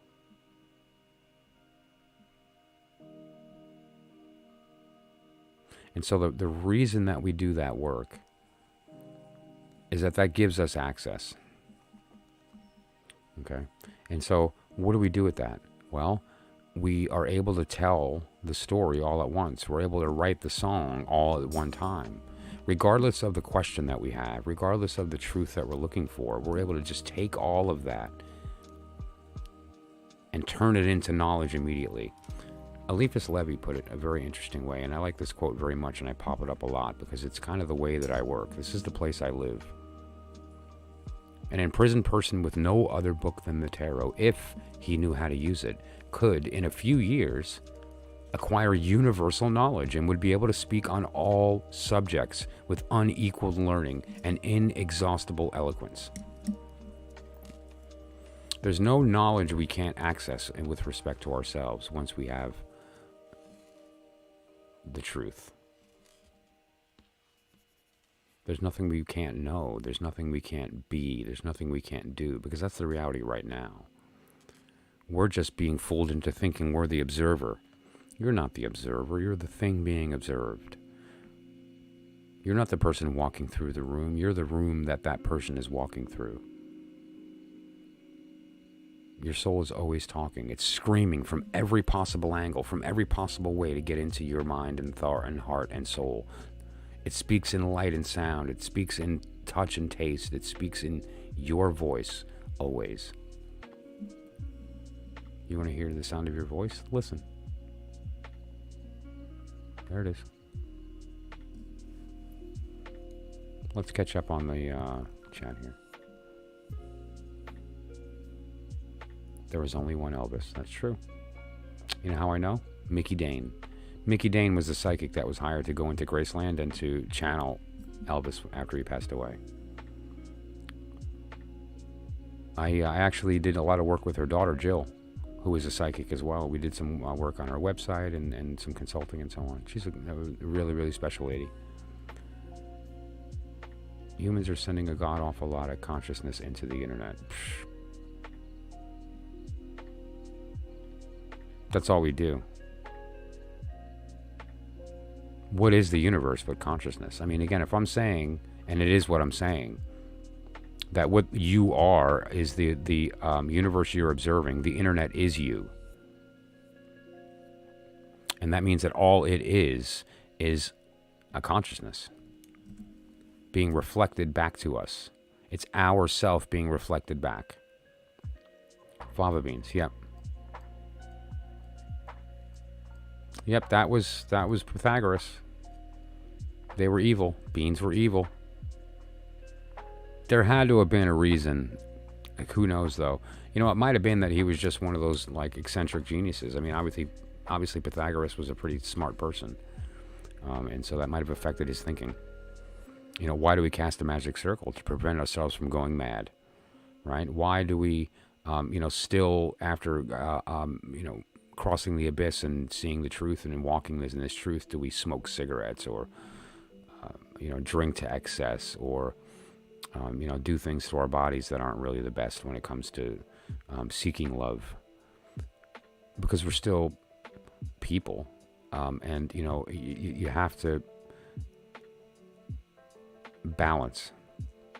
Temperance isn't the idea of giving up everything that you thought you wanted. It's an idea of balancing between your light and dark. Owning the dark and recognizing that it's also a side of you and making sure that you are in control as opposed to it controlling you. Because when you deny it, it controls you. When you own it and take it in as part of yourself and recognize that that's what it is already anyway, when it starts to whisper, you know it's it instead of you, and you stop fooling yourself into thinking that that's your identity. You see it for what it is. And then the Ankh comes in. What is the Ankh? From the heart, bypassing the mind, right back into the heart. The mind's out of the equation. The idea is at that point that the ego doesn't have a chance. You're just speaking directly to the heart, and you're speaking with it. And so it's a perfect communication. You just enroll the people naturally. You'll notice that you talk and people hang on your words. You have a desire, and that desire gets met because the people in your life do what they can to help it to happen. And as a group, everybody that's involved in that shares in that energy, and you all benefit from it, and you all move forward quickly, and it accelerates. That's why, this type of work is always better in a group. We all carry each other through the abyss. We all carry each other into that place. We walk together, close our eyes, and jump together. And it works. Not only is it the end of sorrow, the transformation of fear, it's for the first time in your life being introduced to yourself and looking into that space and going, wow, that is me. That really is. He wasn't kidding. I'm not. Not even a little. Even when I'm joking, I'm not kidding.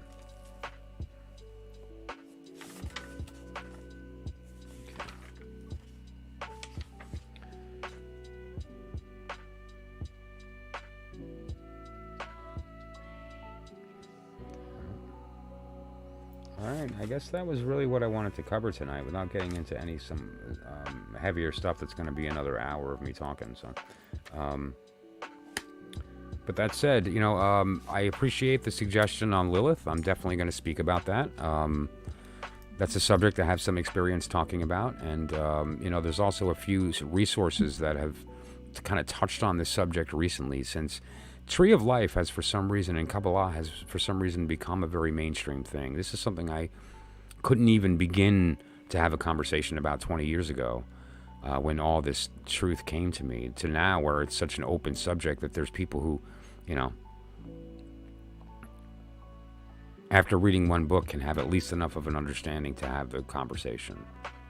But so that said, there's been a lot of resources related to that, to the dark tree, right, to the lower tree, the Qliphoth, and these things, and what is people's understanding of what that means, and who is Lilith. Spoiler, she's you. But all kidding aside, and I'm not kidding, we're going to talk about what that means, right, and more specifically, how do we access her, and how do we bring her into our world.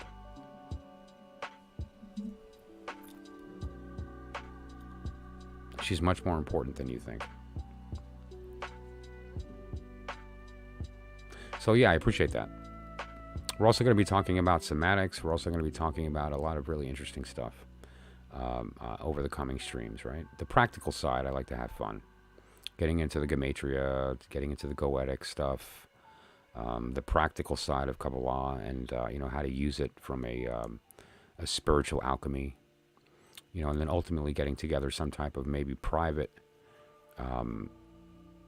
inner order kind of stream where we get into some of the more adult subjects, sexual alchemy, and some of the things that you know, tie to this system with respect to connections, right, and to how to take a relationship to the next level across all the levels, the mind, body, spirit. You know, and then that sort of flow in between, right? And so there's a lot of really cool subjects that we can speak about with respect to this, from the lower world side, right? The toys, playing with the toys. But then when we enter the inner order, then it's a different circumstance, because now we're recognizing the truth of what we're doing, and it's time to take what we've learned during that process and apply it. Now that we've learned the times table, now that we understand the vocabulary, and we understand now who's talking and how to listen, the work can begin. But the beauty is the transformation's immediate. Just to be clear, enlightenment is not a journey or a destination. It's a conversation, and when that conversation happens, you're there. There's nothing more, there's no more work that needs to be done. Once you've had the conversation, you will never be the same, and there's no going back. And so it's not something that you have to continue to study until you come to this truth, and then it's not like that. There are no answers in these books. These books do not provide the truth. They provide a sign that points at it. If you want to know the truth, you're hearing it. Forget the words, just the sound. Words live in the mind. The sound lives in your heart. Hear it with your heart, not your mind. Forget the words. You know what I'm saying is true. You were born at the beginning of time. You have always existed. Why does the tarot work? Because we're not looking into the future. We're remembering the past. We already lived it. We told the story already. We know how it ends. So we could very easily look at the cards and see that. But we can also look at the world and see that. We can look at the clouds and see that. We can look at a blank wall if we know the language and see ourselves. And in that self is the truth. Not answers, the truth.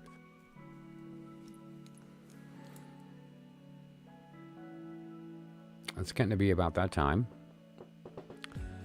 And so what I would say is that if anybody is interested in doing the work of discovering that story, your story. There's several people that I've been very fortunate to have the ability to go through this process with.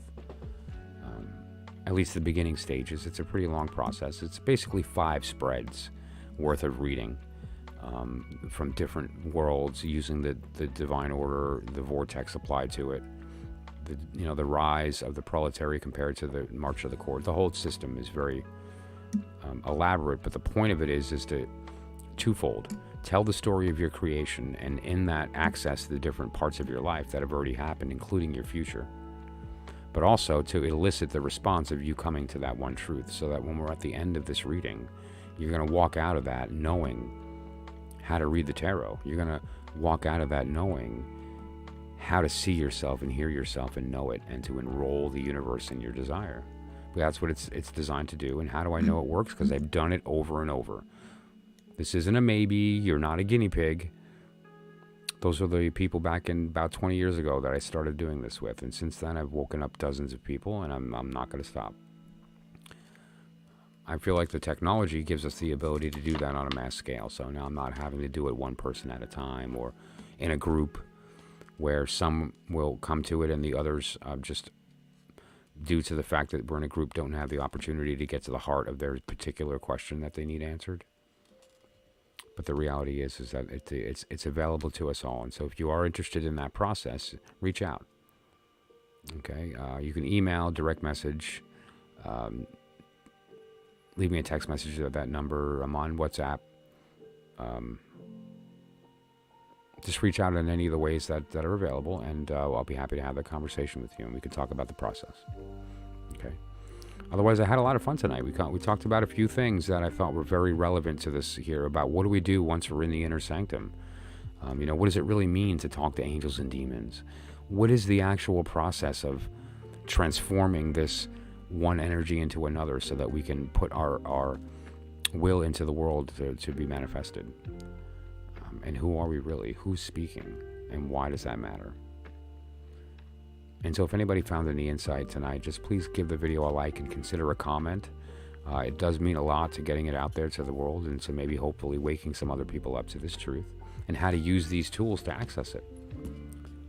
The goal of the channel is to wake you up, but it's also at the same time to provide you with the tools to do it on your own and to help other people do it at the same time.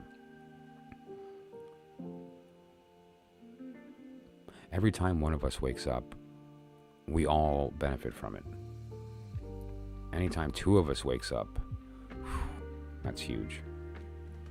And so, wouldn't you want to participate in that? I do. I have been, and I would like for you to come with me. That said, I really appreciate it. Anyone who joined tonight, thank you so much. I want to point out the fact that I've been streaming now for 3 hours and 16 minutes, and my internet didn't go down. First time in a couple of days. So I'm glad. Now, I have been lagging like crazy. It looks like I've been dropping frames for a while, but so be it, as long as you can hear me. But that said, thank you so much to everybody, and I look forward to seeing everyone tomorrow. Have a good night.